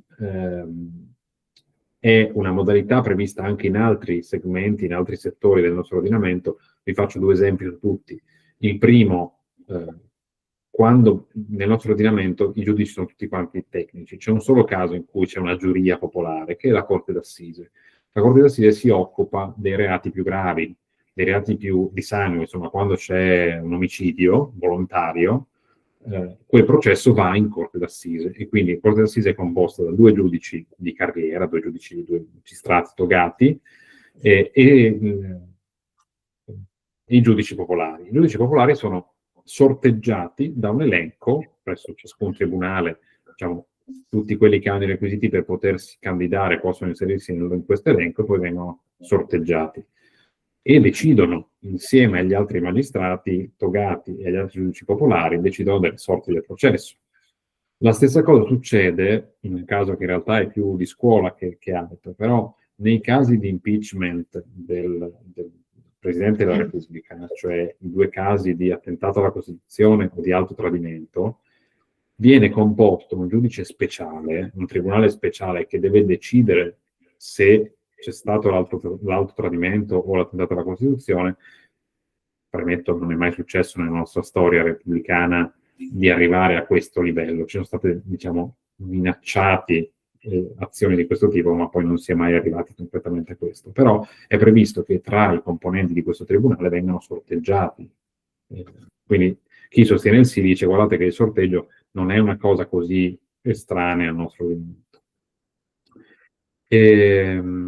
L'ultima cosa, chi sostiene il sì dice, sempre rispetto al tema del sorteggio, non è vero che il sorteggio, diciamo, svilisce colui che la scelta del magistrato che va a comporre il CSM, perché quel magistrato, per essere tale, ha superato un concorso, ha avuto una formazione che ha passato una serie di step, e quindi, questo l'avrete sentito forse anche in qualche talk show, insomma, se quel magistrato è titolato per decidere della libertà del cittadino, condannandolo a 10 anni di carcere o assolvendolo, allo stesso modo può svolgere il ruolo all'interno del CSM. Per quanto riguarda le ragioni del no, invece, una prima, premetto, mi limiterò alle ragioni tecniche del no, non quelle politiche, così come non ho esposto le ragioni politiche, gli slogan sul sì, cioè acceleri i processi, eccetera, perché vi ho già detto che non sono cose effettive. Le ragioni del no sono, ve ne faccio una carrellata per quelle che ho percepito essere le più frequentate. La prima è che la riforma del giusto processo, quell'articolo 111 della Costituzione, non impone una separazione delle carriere perché il giudice sia terzo, cioè il giudice è già terzo adesso ed è terzo pur condividendo la carriera col pubblico ministero. E una leggera deviazione rispetto a questa argomentazione c'è anche dovuta al fatto che c'è una sentenza della Corte Costituzionale, che è la numero 37 del 2000, ve lo dico solo così per completezza di informazione, che dice che la separazione delle carriere si può fare anche solo con la legge ordinaria. E quindi chi sostiene il no dice: non è necessario modificare la Costituzione per ottenere la separazione. Anche la Corte Costituzionale ci dice che si può modificare anche solo con la legge ordinaria, cioè quella parlamentare semplice, diciamo così. Un altro argomento rispetto al no è che in realtà la separazione delle carriere è un falso problema, perché negli ultimi anni, e diciamo il dato del 2024 è che un numero molto esiguo di magistrati hanno fatto il cambio di casacca, passatemi il termine, cioè sono passati da essere giudici a pubblici ministeri o viceversa, circa lo 0,5%. E quindi si dice è una riforma che in realtà va a intaccare un problema che non è un problema. Un altro argomento che si dice è che il pubblico ministero in realtà già adesso nel corso del dibattimento ha le stesse armi della difesa, quindi non c'è bisogno di differenziare il pubblico ministero dal giudice per arrivare a una parità delle parti, perché già adesso è così. Mentre nella fase delle indagini, che vi dicevo prima, il pubblico ministero ha dei poteri ulteriori, maggiori rispetto a quelli del difensore, è fisiologico che sia così perché deve poter raccogliere gli elementi di prova che servono per capire se un'ipotesi è vera o non è vera. Vabbè, questo l'ho già un po' detto, ma diciamo l'attuazione del sistema accusatorio, quello che dicevo in precedenza, non richiede la separazione tra le carriere. Si può arrivare a un sistema accusatorio più puro anche con le carriere congiunte. Un'altra delle cose che viene detta rispetto a quello che dicevo delle leggi attuative è che nonostante l'articolo 104, che indica che diciamo, i magistrati sono indipendenti, il rischio che attraverso la legislazione ordinaria, quindi attraverso le leggi attuative, si possa giungere ad una influenza, una sottoposizione del pubblico ministero al potere esecutivo, o comunque che il potere esecutivo abbia un'influenza maggiore di quella che ha adesso sui pubblici ministeri in particolare, più che sui giudici. E quindi diciamo, questa argomentazione è tesa a dire non è sufficiente che l'articolo 104 sia rimasto inalterato, questo rischio c'è lo stesso. Poi un altro degli argomenti su cui si fonda il no è questo.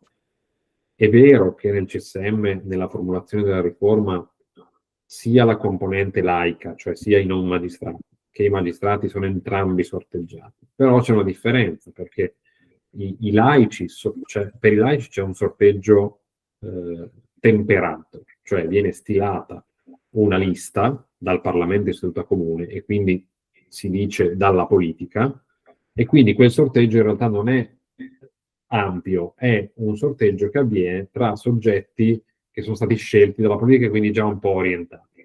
Mentre per i magistrati c'è un sorteggio puro, cioè si sorteggia tra tutti gli aventi diritto, e quindi potrebbero andare al CSM il magistrato appena nominato, o così come il magistrato che è prossimo alla pensione. E quindi questo creerebbe degli scompensi all'interno del singolo CSM che favorirebbero la componente politica, la componente laica rispetto alla componente togata, anche se i numeri rimangono 9 a 6. O meglio, 2/3 e 1/3. Un'altra delle argomentazioni è che la suddivisione del CSM, la duplicazione del CSM, sarebbe un modo per indebolire la categoria, indebolire l'indipendenza e l'autonomia dei magistrati.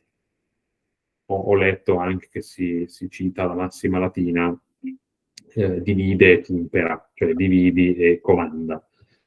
In sostanza, mantenere unitario il CSM servirebbe per mantenere più granitica la garanzia di indipendenza e autonomia dei magistrati. L'ultima ragione che volevo riportarvi è un po' l'ho già anticipato in precedenza, cioè chi vota no, chi propugna di votare no, dice questa riforma è una riforma che è quasi in bianco perché lascia molto o troppo spazio alle leggi attuative e poi non sappiamo in questo contesto di riforma come verranno attuate tutti gli aspetti di dettaglio, e quindi tramite questa legislazione di dettaglio si può incidere sulla riforma e comporterebbe questo aspetto, un ulteriore rischio per i magistrati di mancanza di autonomia a favore della politica, del governo, diciamo. Ecco, questa è un po' una carrellata delle argomentazioni del sì e delle argomentazioni del no. Io avrei concluso e lascio la parola alle domande, insomma, agli interventi o quant'altro. Io ringrazio già da ora l'avvocato Paolo Tabasso perché la relazione è stata molto, molto puntuale, precisa. L'obiettivo di oggi era quello di dare proprio degli strumenti per conoscere un po' più a fondo i temi di questa riforma, e mi pare che tu ci abbia dato tanti elementi in più per poterci avvicinare ad una scelta più consapevole. Ora, non so, cerco di raggruppare le domande in base agli argomenti che hai trattato. Sì. Uno che riguarda in particolare sempre la figura del PM. Allora, un commento è che il PM non solo è un organo dello Stato, quindi più importante della difesa, ma è chiamato a tutelare anche i cittadini da false denunce. Questa mi sembra un'affermazione che è in linea con quello che tu esprimevi. Diciamo che forse è meglio che tu ti addentri un pochettino di più sul ruolo del PM. Certo. Allora, è sicuramente vero quello che dicevo prima, che è in linea con quello che scrive questa domanda, insomma, questo commento, cioè che il pubblico ministero è fisiologico che abbia dei poteri maggiori rispetto alla difesa, perché il ruolo del pubblico ministero, soprattutto nella fase delle indagini preliminari, è quello di raccogliere gli elementi anche tramite degli strumenti penetranti rispetto all'indipendenza dell'autonomia del cittadino. Qua, primo tra tutti, l'esempio classico è quello delle intercettazioni telefoniche. Il difensore non può intercettare nessuno. Il pubblico ministero, previa richiesta al giudice per le indagini preliminari, può e deve, se la condizione lo richiede, intercettare. Sul fatto, questo lo dico da avvocato, sul fatto che il PM deve avere un peso maggiore rispetto alla difesa, secondo me non è così, né deve essere così. cioè che abbia un ruolo diverso e dei poteri diversi non c'è dubbio, ma che abbia un peso maggiore, secondo me non è così, e se fosse così saremmo in un processo che non rispetta quei parametri che dicevo del giusto processo, perché, e questo lo dico perché se voi, come diciamo nell'esempio che ho portato all'inizio, se voi diciamo attribuite l'onere del processo solamente al pubblico ministero, il rischio è di trovare un procedimento che è sbilanciato. Invece la difesa ha una funzione fondamentale anche di rango costituzionale di tutela del cittadino di fronte agli eccessi dello Stato, perché lo Stato, che sia il pubblico ministero, che sia il giudice, diciamo, ha un potere tale per cui laddove sbagliasse il magistrato, le conseguenze per il cittadino sarebbero potenzialmente molto pesanti. È meno grave se sbaglia il difensore, perché tendenzialmente ha un'influenza diversa, però vi assicuro che è fondamentale nell'equilibrio dell'esercizio della giustizia anche che ci sia una difesa che abbia un ruolo e un potere. E lì dove si abbassano le garanzie difensive, il rischio è quello di tornare a sistemi che sono quelli pre-Costituzione attuale, cioè dov'è che nel sistema fascista c'erano meno garanzie per la difesa. La difesa è fondamentale e diciamo tutti quelli che vengono intaccati da un procedimento penale, perché si può essere intaccati da un procedimento penale anche da innocenti, come dimostra il caso che vi dicevo all'inizio di quest'uomo che ha visto la sua vita rovinata per niente, senza una difesa il rischio per chi dovesse essere intaccato da questo è ben più grave. Certo. Allora, ancora sulla separazione delle carriere, tu ci hai appunto citato, in un passaggio ci hai ricordato che nei tempi più recenti il passaggio da una carriera all'altra è sempre più modesto nei numeri. Sì. Allora la domanda si riferisce proprio a questo, dice pochissimi cambiano carriera e ora si può fare una volta sola in base a modifica. Quindi il commento è che questo è un falso problema, perché ancora costituisce una necessità questa che almeno diciamo i sostenitori della riforma si pongono. Tra il resto questa riforma credo tu possa confermarmi che è stata fortemente caldeggiata dalle categorie, dalle associazioni degli avvocati penalisti, quindi diciamo che c'è una buona fetta degli operatori del diritto ecco, che trova ancora delle forti ragioni per sostenere una separazione delle carriere. Questo perché se di fatto l'ascoltatore ci dice se di fatto non solo possono cambiare una volta sola, ma addirittura non lo fanno. Allora, i dati sono effettivamente quelli che ho letto, anche perché non sono dati miei, insomma, sono dati pubblici, anzi è lo stesso CSM che li divulga anno per anno. A mio modo di vedere, il tema della separazione delle carriere non è tanto finalizzato, stiamo parlando ovviamente di quella parte, diciamo, di riforma che incide sul piano processuale, lasciando momentaneamente il tema dell'organizzazione del CSM. La separazione delle carriere, secondo me, non è tanto, diciamo, propugnata per fare in modo che il pubblico ministero non diventi giudice e viceversa. Perché è vero, questo accade in un numero molto limitato di casi. Il vero tema, secondo me, della separazione delle carriere è, diciamo, un allontanamento teorico, un allontanamento concreto tra il pubblico ministero e il giudice. Molto banalmente quello che dicevo che potrebbe essere una conseguenza diciamo, a livello legislativo della riforma è che la carriera tra me, avvocato, e il magistrato in senso ampio, adesso è comune fino alla laurea in giurisprudenza. Dalla laurea in giurisprudenza io prendo una strada e il magistrato, con all'interno pubblico ministero e giudice, ne prende un'altra. Vi faccio un esempio banale. entrambe le categorie hanno un obbligo annuale di formazione. I miei incontri, diciamo, per la mia esperienza, gli incontri di formazione, la stragrande maggioranza degli incontri di formazione a cui partecipo io sono incontri di formazione degli avvocati per gli avvocati. I magistrati partecipano a incontri di formazione misti, cioè il pubblico ministero e il giudice vanno agli stessi incontri di formazione che sono per tutti i magistrati.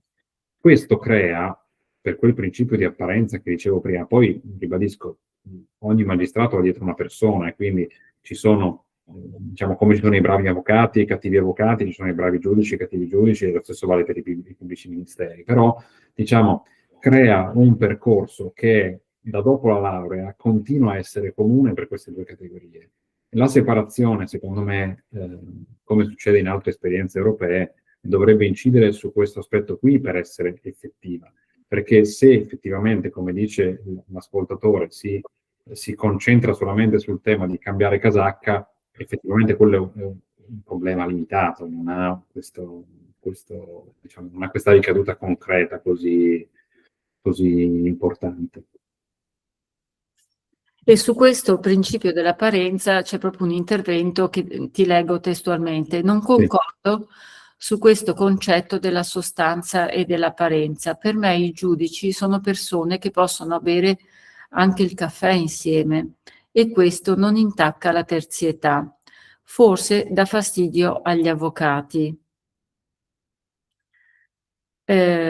Poi ecco, esprime come dire, un sentire personale, dice come dire, sono convinta del fatto che se ci muoviamo mettendoci nei panni dell'altro per far bene il proprio lavoro, come dire, questo non crea problemi, ecco. Questo è una conclusione, diciamo, molto personale, ma Certo. il punto è proprio questo, cioè il principio dell'apparenza, del fatto che ci sia diciamo, una frequentazione più abituale, ecco, tra magistrati, giudicanti e requirenti, a detta di questo ascoltatore, non crea un problema reale. Allora, sono d'accordo sul fatto che non sia la frequentazione maggiore che crea il problema. Il punto che non vorrei che fosse frainteso quello che dicevo su apparenza e sostanza, perché ovviamente, diciamo, il tema della terzietà, dell'imparzialità, prima di tutto di sostanza, però quello che volevo dire, così ho l'occasione di precisarlo, è che anche il tema dell'apparenza è importante. E vi faccio un esempio, perché so che può sembrare una sorta di invidia degli avvocati che sono esclusi dai conciliaboli dei magistrati. Però non è così, cioè nel senso, a me personalmente di prendere il caffè col giudice interessa fino a un certo punto e in realtà capita a volte, meno frequentemente che tra magistrati, ma capita anche a me.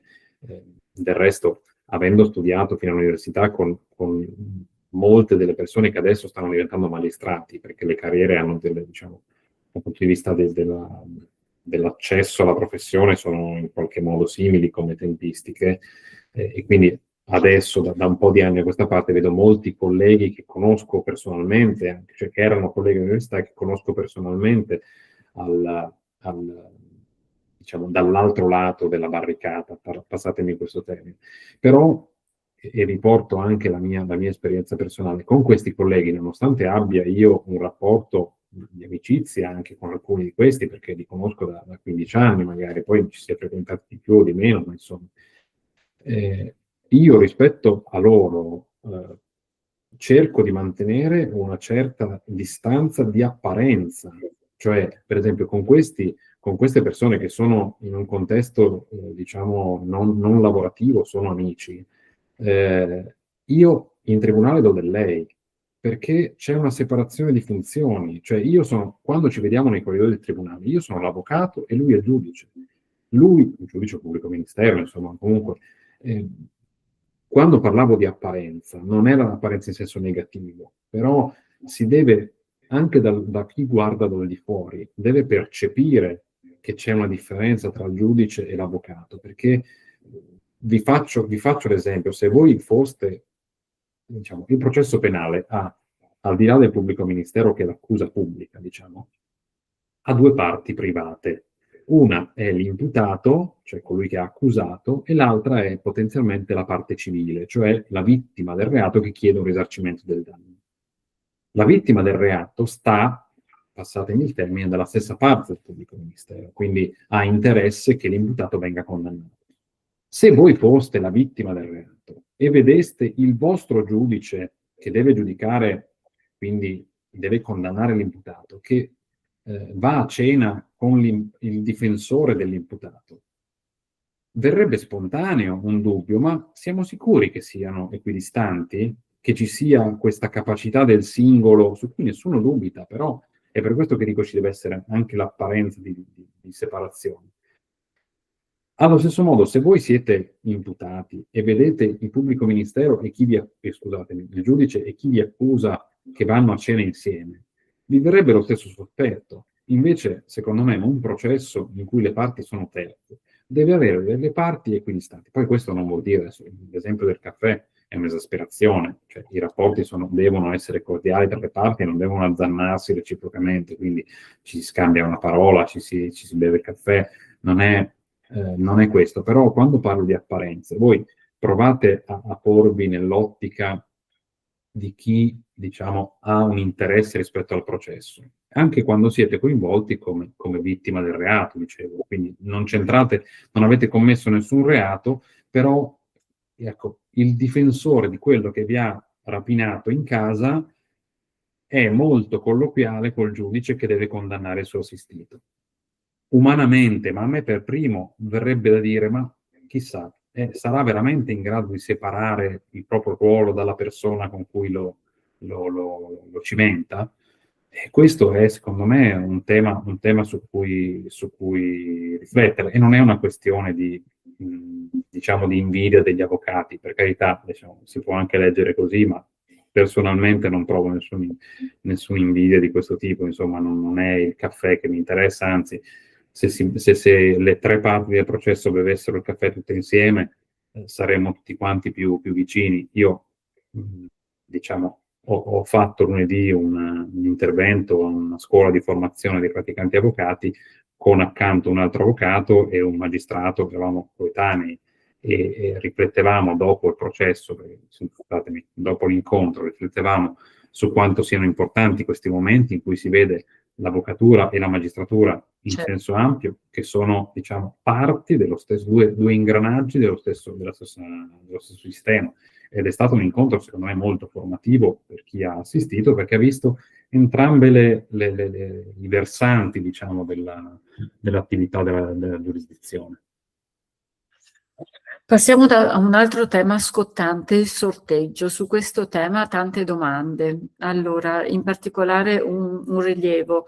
Nessun organo di autogoverno ha al suo interno dei sorteggiati. È come un albo e i consigli degli albi si eleggono. Ancora, dunque, non mi ha convinto l'esempio dei giudici popolari per giustificare un metodo come il sorteggio per eleggere un organo di rilievo costituzionale. Questo è un po' diciamo, il sentore. Certo. Allora, sì, diciamo, il mio esempio non era per giustificare il sorteggio, lo indicavo come una delle ragioni che vengono sostenute per il sì, cioè dire che il sorteggio non è così estraneo alla nostra Costituzione. Diciamo, effettivamente questo commento, questa domanda tocca un tema, nel senso che se il sorteggio sia o meno un mezzo adeguato per delineare i membri del CSM. Vi faccio l'esempio del Consiglio dell'Ordine degli Avvocati, che è, diciamo, molto meno importante, ha un peso molto inferiore, però in qualche modo può essere visto come un organo di autogoverno degli avvocati, insomma, ha delle altre funzioni, ma in qualche modo può essere assimilabile. Effettivamente è un organo che viene eletto dagli avvocati. Io personalmente, diciamo, vedo questo tema, cioè se il Consiglio dell'Ordine degli Avvocati fosse nominato a sorteggio, secondo me non ci sarebbe diciamo, un problema di composizione, perché se il problema di composizione fosse un avvocato che non è in grado di fare il consigliere, e allora forse sarebbe un problema di quella persona capire se può fare l'avvocato oppure no. Chi sostiene il sì, come dicevo prima, usa l'argomento del dire il sorteggio avviene comunque tra magistrati, quindi tra soggetti che hanno già dimostrato le proprie capacità, tanto che hanno superato un concorso, hanno superato tutto l'iter formativo, possono essere a fasi diverse della loro carriera, però diciamo, sono persone tutte quante capaci, non stiamo parlando di prendere diciamo, delle persone dalla strada.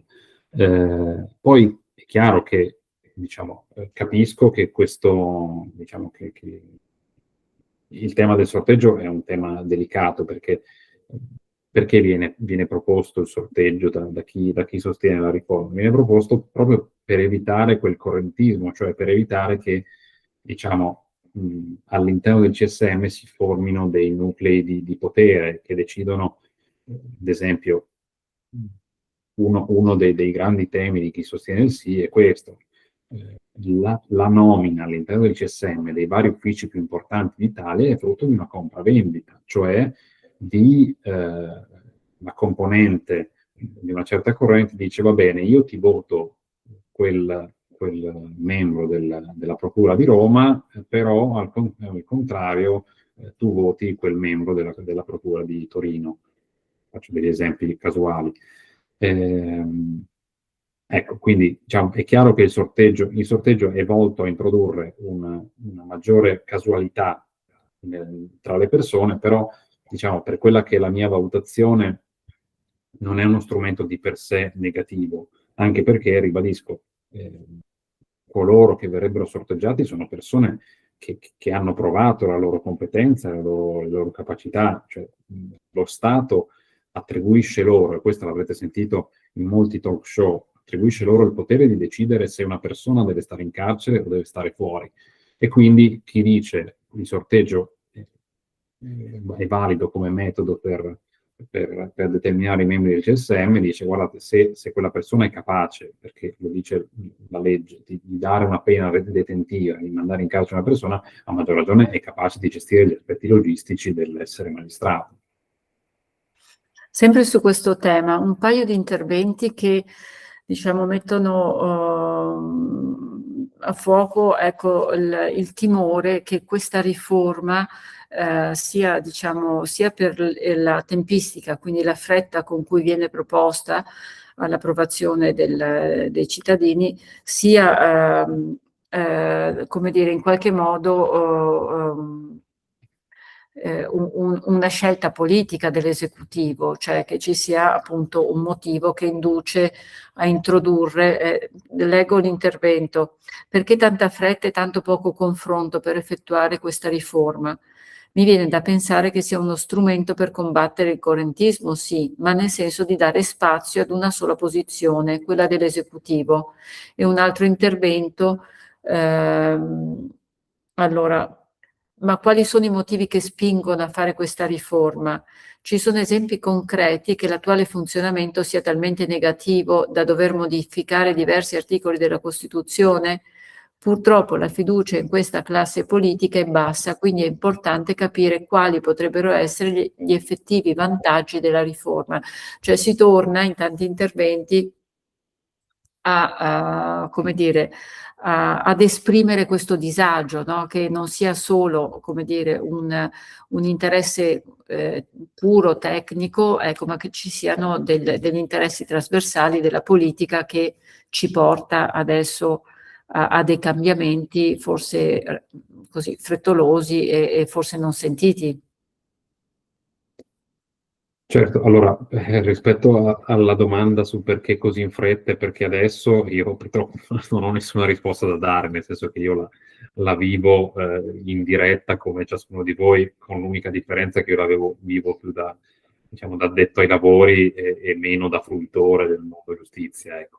Per cui su questo, se ci sono dietro dei secondi fini o altro, diciamo, ciascuno di noi può fare le stesse ipotesi. diciamo, quello che io ho percepito è che il tema della separazione delle carriere è un tema che è nel dibattito politico in senso ampio da tantissimi anni e anche spesso è stato in passato propugnato da esponenti politici di provenienza diversa rispetto a quelli che diciamo sono adesso fondamentalmente dal centrodestra, ecco, che ha portato avanti, grazie alla maggioranza che ha, la riforma costituzionale. Sulle tempistiche, diciamo, sono d'accordo che è stato fatto un iter parlamentare in senso di votazione in aula molto più breve di quanto succede per altri tipi di disegni di legge, altri temi in discussione. Questo è stato frutto, secondo un'opinione personale ovviamente, è stato il frutto del fatto che la maggioranza abbia la maggioranza, ma non una maggioranza tale per poter gestire in totale autonomia questo tipo di riforme, ma anche per l'estrema frammentarietà dell'attività delle commissioni parlamentari, perché all'interno delle commissioni è stato oggetto di grande discussione questo tipo di riforma e poi, diciamo, come sintesi dalla Commissione il testo è stato diciamo, portato avanti così come era nella formulazione iniziale. Avevo letto, perché mi era capitato di parlarne con altri amici di questo tema, che questa riforma costituzionale ha 8 articoli, quegli 8 che vi ho diciamo, anzi, i primi 7 non vi ho letto gli articoli, vi ho letto solamente la ricaduta sugli articoli della Costituzione, l'ultimo l'abbiamo visto. In una commissione parlamentare sono stati presentati 331 emendamenti su 8 articoli, cioè 331 proposte di modifica su 8 articoli. Quindi, diciamo, è chiaro che è stato utilizzato, come da un lato la maggioranza ha cercato di utilizzare strumentalmente il proprio peso politico, dall'altro lato l'opposizione, più che porsi su un tema di dialogo effettivo, mi sembra si possa dire che abbia cercato di utilizzarlo, ma come una dinamica politica normale ci può stare, nel senso succede così un po' su tutte le leggi e su molte leggi si arenano proprio per questo, lo strumento degli emendamenti per bloccare la riforma. E quindi io penso che sia stato frutto di una difficoltà di dialogo tra le rispettive parti. Tornando all'inizio, se nasconde qualcos'altro, ci vorrebbe una sfera di cristallo per poterlo dire. Insomma. Questo lo vedremo se dovesse passare il sì, o se dovesse passare il no, non lo vedremo mai. Ecco, poi dicevo, le ricadute concrete che tutti noi vediamo, perché c'è una parte della domanda anche sul fatto che, diciamo, quali problemi va a risolvere o andrebbe a risolvere. Il tema, diciamo, del correntismo ha è un tema effettivo, questo ve lo assicuro, e se voi avete la curiosità di approfondirlo, io non lo tratterò, anche perché è tardi e poi sarebbe un tema complessissimo. Andatevi a leggere il libro che ha scritto Palamara, che è stato l'emblema in negativo del correntismo ed è stato poi il capro espiatorio di tutto questo sistema. Ha scritto un libro su come funziona dall'interno del CSM e come funzionano queste pressioni di politica giudiziaria che è rivelatore, insomma, di molte cose. Poi si può essere d'accordo, si può non essere d'accordo, però diciamo, per chi avesse curiosità, quello è un libro scritto da chi è stato l'artefice di parte delle strutture che questa riforma cerca di tamponare. Ecco. Ci avviciniamo alla fine, ti faccio un'ultima domanda. Io sono a disposizione ancora, sono qui, non ho fretta di scappare. Ecco. Allora, potresti dire, sempre con riferimento al sistema del sorteggio, quali paesi europei lo utilizzano relativamente appunto ai propri organi di autogoverno della magistratura? Questa è una domanda estremamente difficile che mi trovo impreparato, nel senso che io ho analizzato gli altri ordinamenti attingendo da fonti che sono fonti del CSM, l'Osservatorio Giustizia, però non mi sono spinto a vedere, anche perché non mi pare di aver letto che si trattasse di questo tema, del fatto che il sorteggio sia attuato anche in altri stati europei. Questo è una domanda a cui mi dispiace, ma non so rispondere, né in un senso né nell'altro. Però mi pare che sulla questione sorteggio, insomma, tu abbia detto a sufficienza. Ecco, credo che diciamo, il tuo invito a leggere, ecco, l'esperienza di Palamara, in questo senso forse ci potrebbe aiutare a dare... Ecco, una cosa, scusami se ti interrompo, una cosa che posso precisare è che in alcuni stati non c'è un omologo del CSM. Quindi, diciamo, le esperienze straniere io ve le ho portate come diciamo, riferimento di massima, perché poi hanno delle differenze, come avrete visto, in molte delle esperienze straniere. I pubblici ministeri non sono neppure autonomi, sono sottoposti al potere esecutivo o comunque diciamo al Ministero della Giustizia. Quindi è anche difficile. I casi in cui i pubblici ministeri sono sottoposti al potere dell'esecutivo, come avviene nella maggior parte dei casi europei, non c'è un CSM a tutelarli, perché sono dei dipendenti pubblici che dipendono gerarchicamente dal Ministro della Giustizia. E quindi lì il tema del sorteggio non si pone nemmeno, perché non si pone la questione dell'organo di autogoverno, cioè sono governati dal Ministero, ecco. Però ribadisco, nello specifico del sorteggio non so rispondere. Ultimo commento sempre sugli organismi di autogoverno, che la riforma moltiplica, cioè 3 Sì. al posto di 1, con relativi costi che ovviamente si triplicano. Sì, allora, ecco, un ottimo intervento, perché mi sono dimenticato di riferirlo prima. Una delle ragioni del no è anche questa, cioè che la spesa pubblica in questo modo aumenterebbe, perché ovviamente, diciamo, sono organi in più che vanno costituiti, hanno del personale, devono avere, insomma, la loro operatività, avrebbero un costo. Rispetto a questo, diciamo, non so dare ovviamente un ordine di grandezza, cioè di quanto potrebbe essere la spesa pubblica in più, che inevitabilmente in parte ci sarebbe, mitigata forse dal fatto che, in parte mitigata dal fatto che i nuovi CSM avrebbero forse una composizione un pochino più ridotta dell'attuale CSM, con tutte le categorie dei magistrati, quindi forse, diciamo, costerebbero sicuramente un po' di più. Ma non penso che sia un costo che si può triplicare rispetto a quello attuale, però ribadisco, non ho idea di quanto costi annualmente il CSM attuale. L'unica precisazione che faccio è che in realtà gli organi di autogoverno sarebbero 2, perché i 2 CSM, l'alta corte sarebbe una sorta di giudice superiore che però avrebbe solo le funzioni disciplinari e quindi non sarebbe tecnicamente un organo di autogoverno. Ecco. Sarebbe come un giudice speciale per i magistrati. Per i ministri c'è un tribunale specifico, il tribunale dei ministri. È come un'idea di questo tipo, insomma. Siamo arrivati quasi oltre l'orario che ci eravamo prefissati e c'è ancora un folto ascolto, ma dobbiamo arrivare a concludere.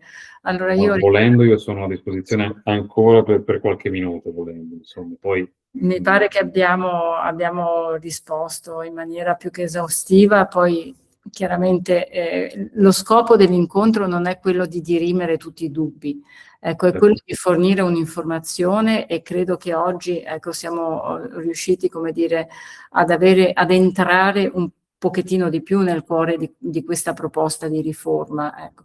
Per cui ti ringrazio anche gli ascoltatori che ci hanno seguito fino ad ora, anche per le domande che sono arrivate e per aver dedicato proprio questo tempo a un approfondimento che è importante, insomma, proprio per le basi della nostra vita da cittadini.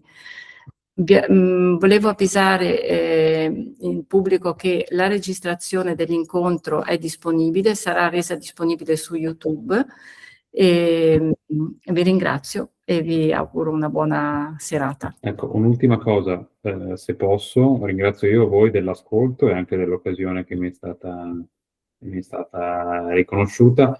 Aggiungo che per chi avesse interesse, io posso far avere agli organizzatori, al Movimento Politico per l'Unità, le slide che ho preparato, se qualcuno dovesse aver piacere di averle sotto mano per consultarle, insomma, sono a disposizione. Grazie a tutti e un saluto.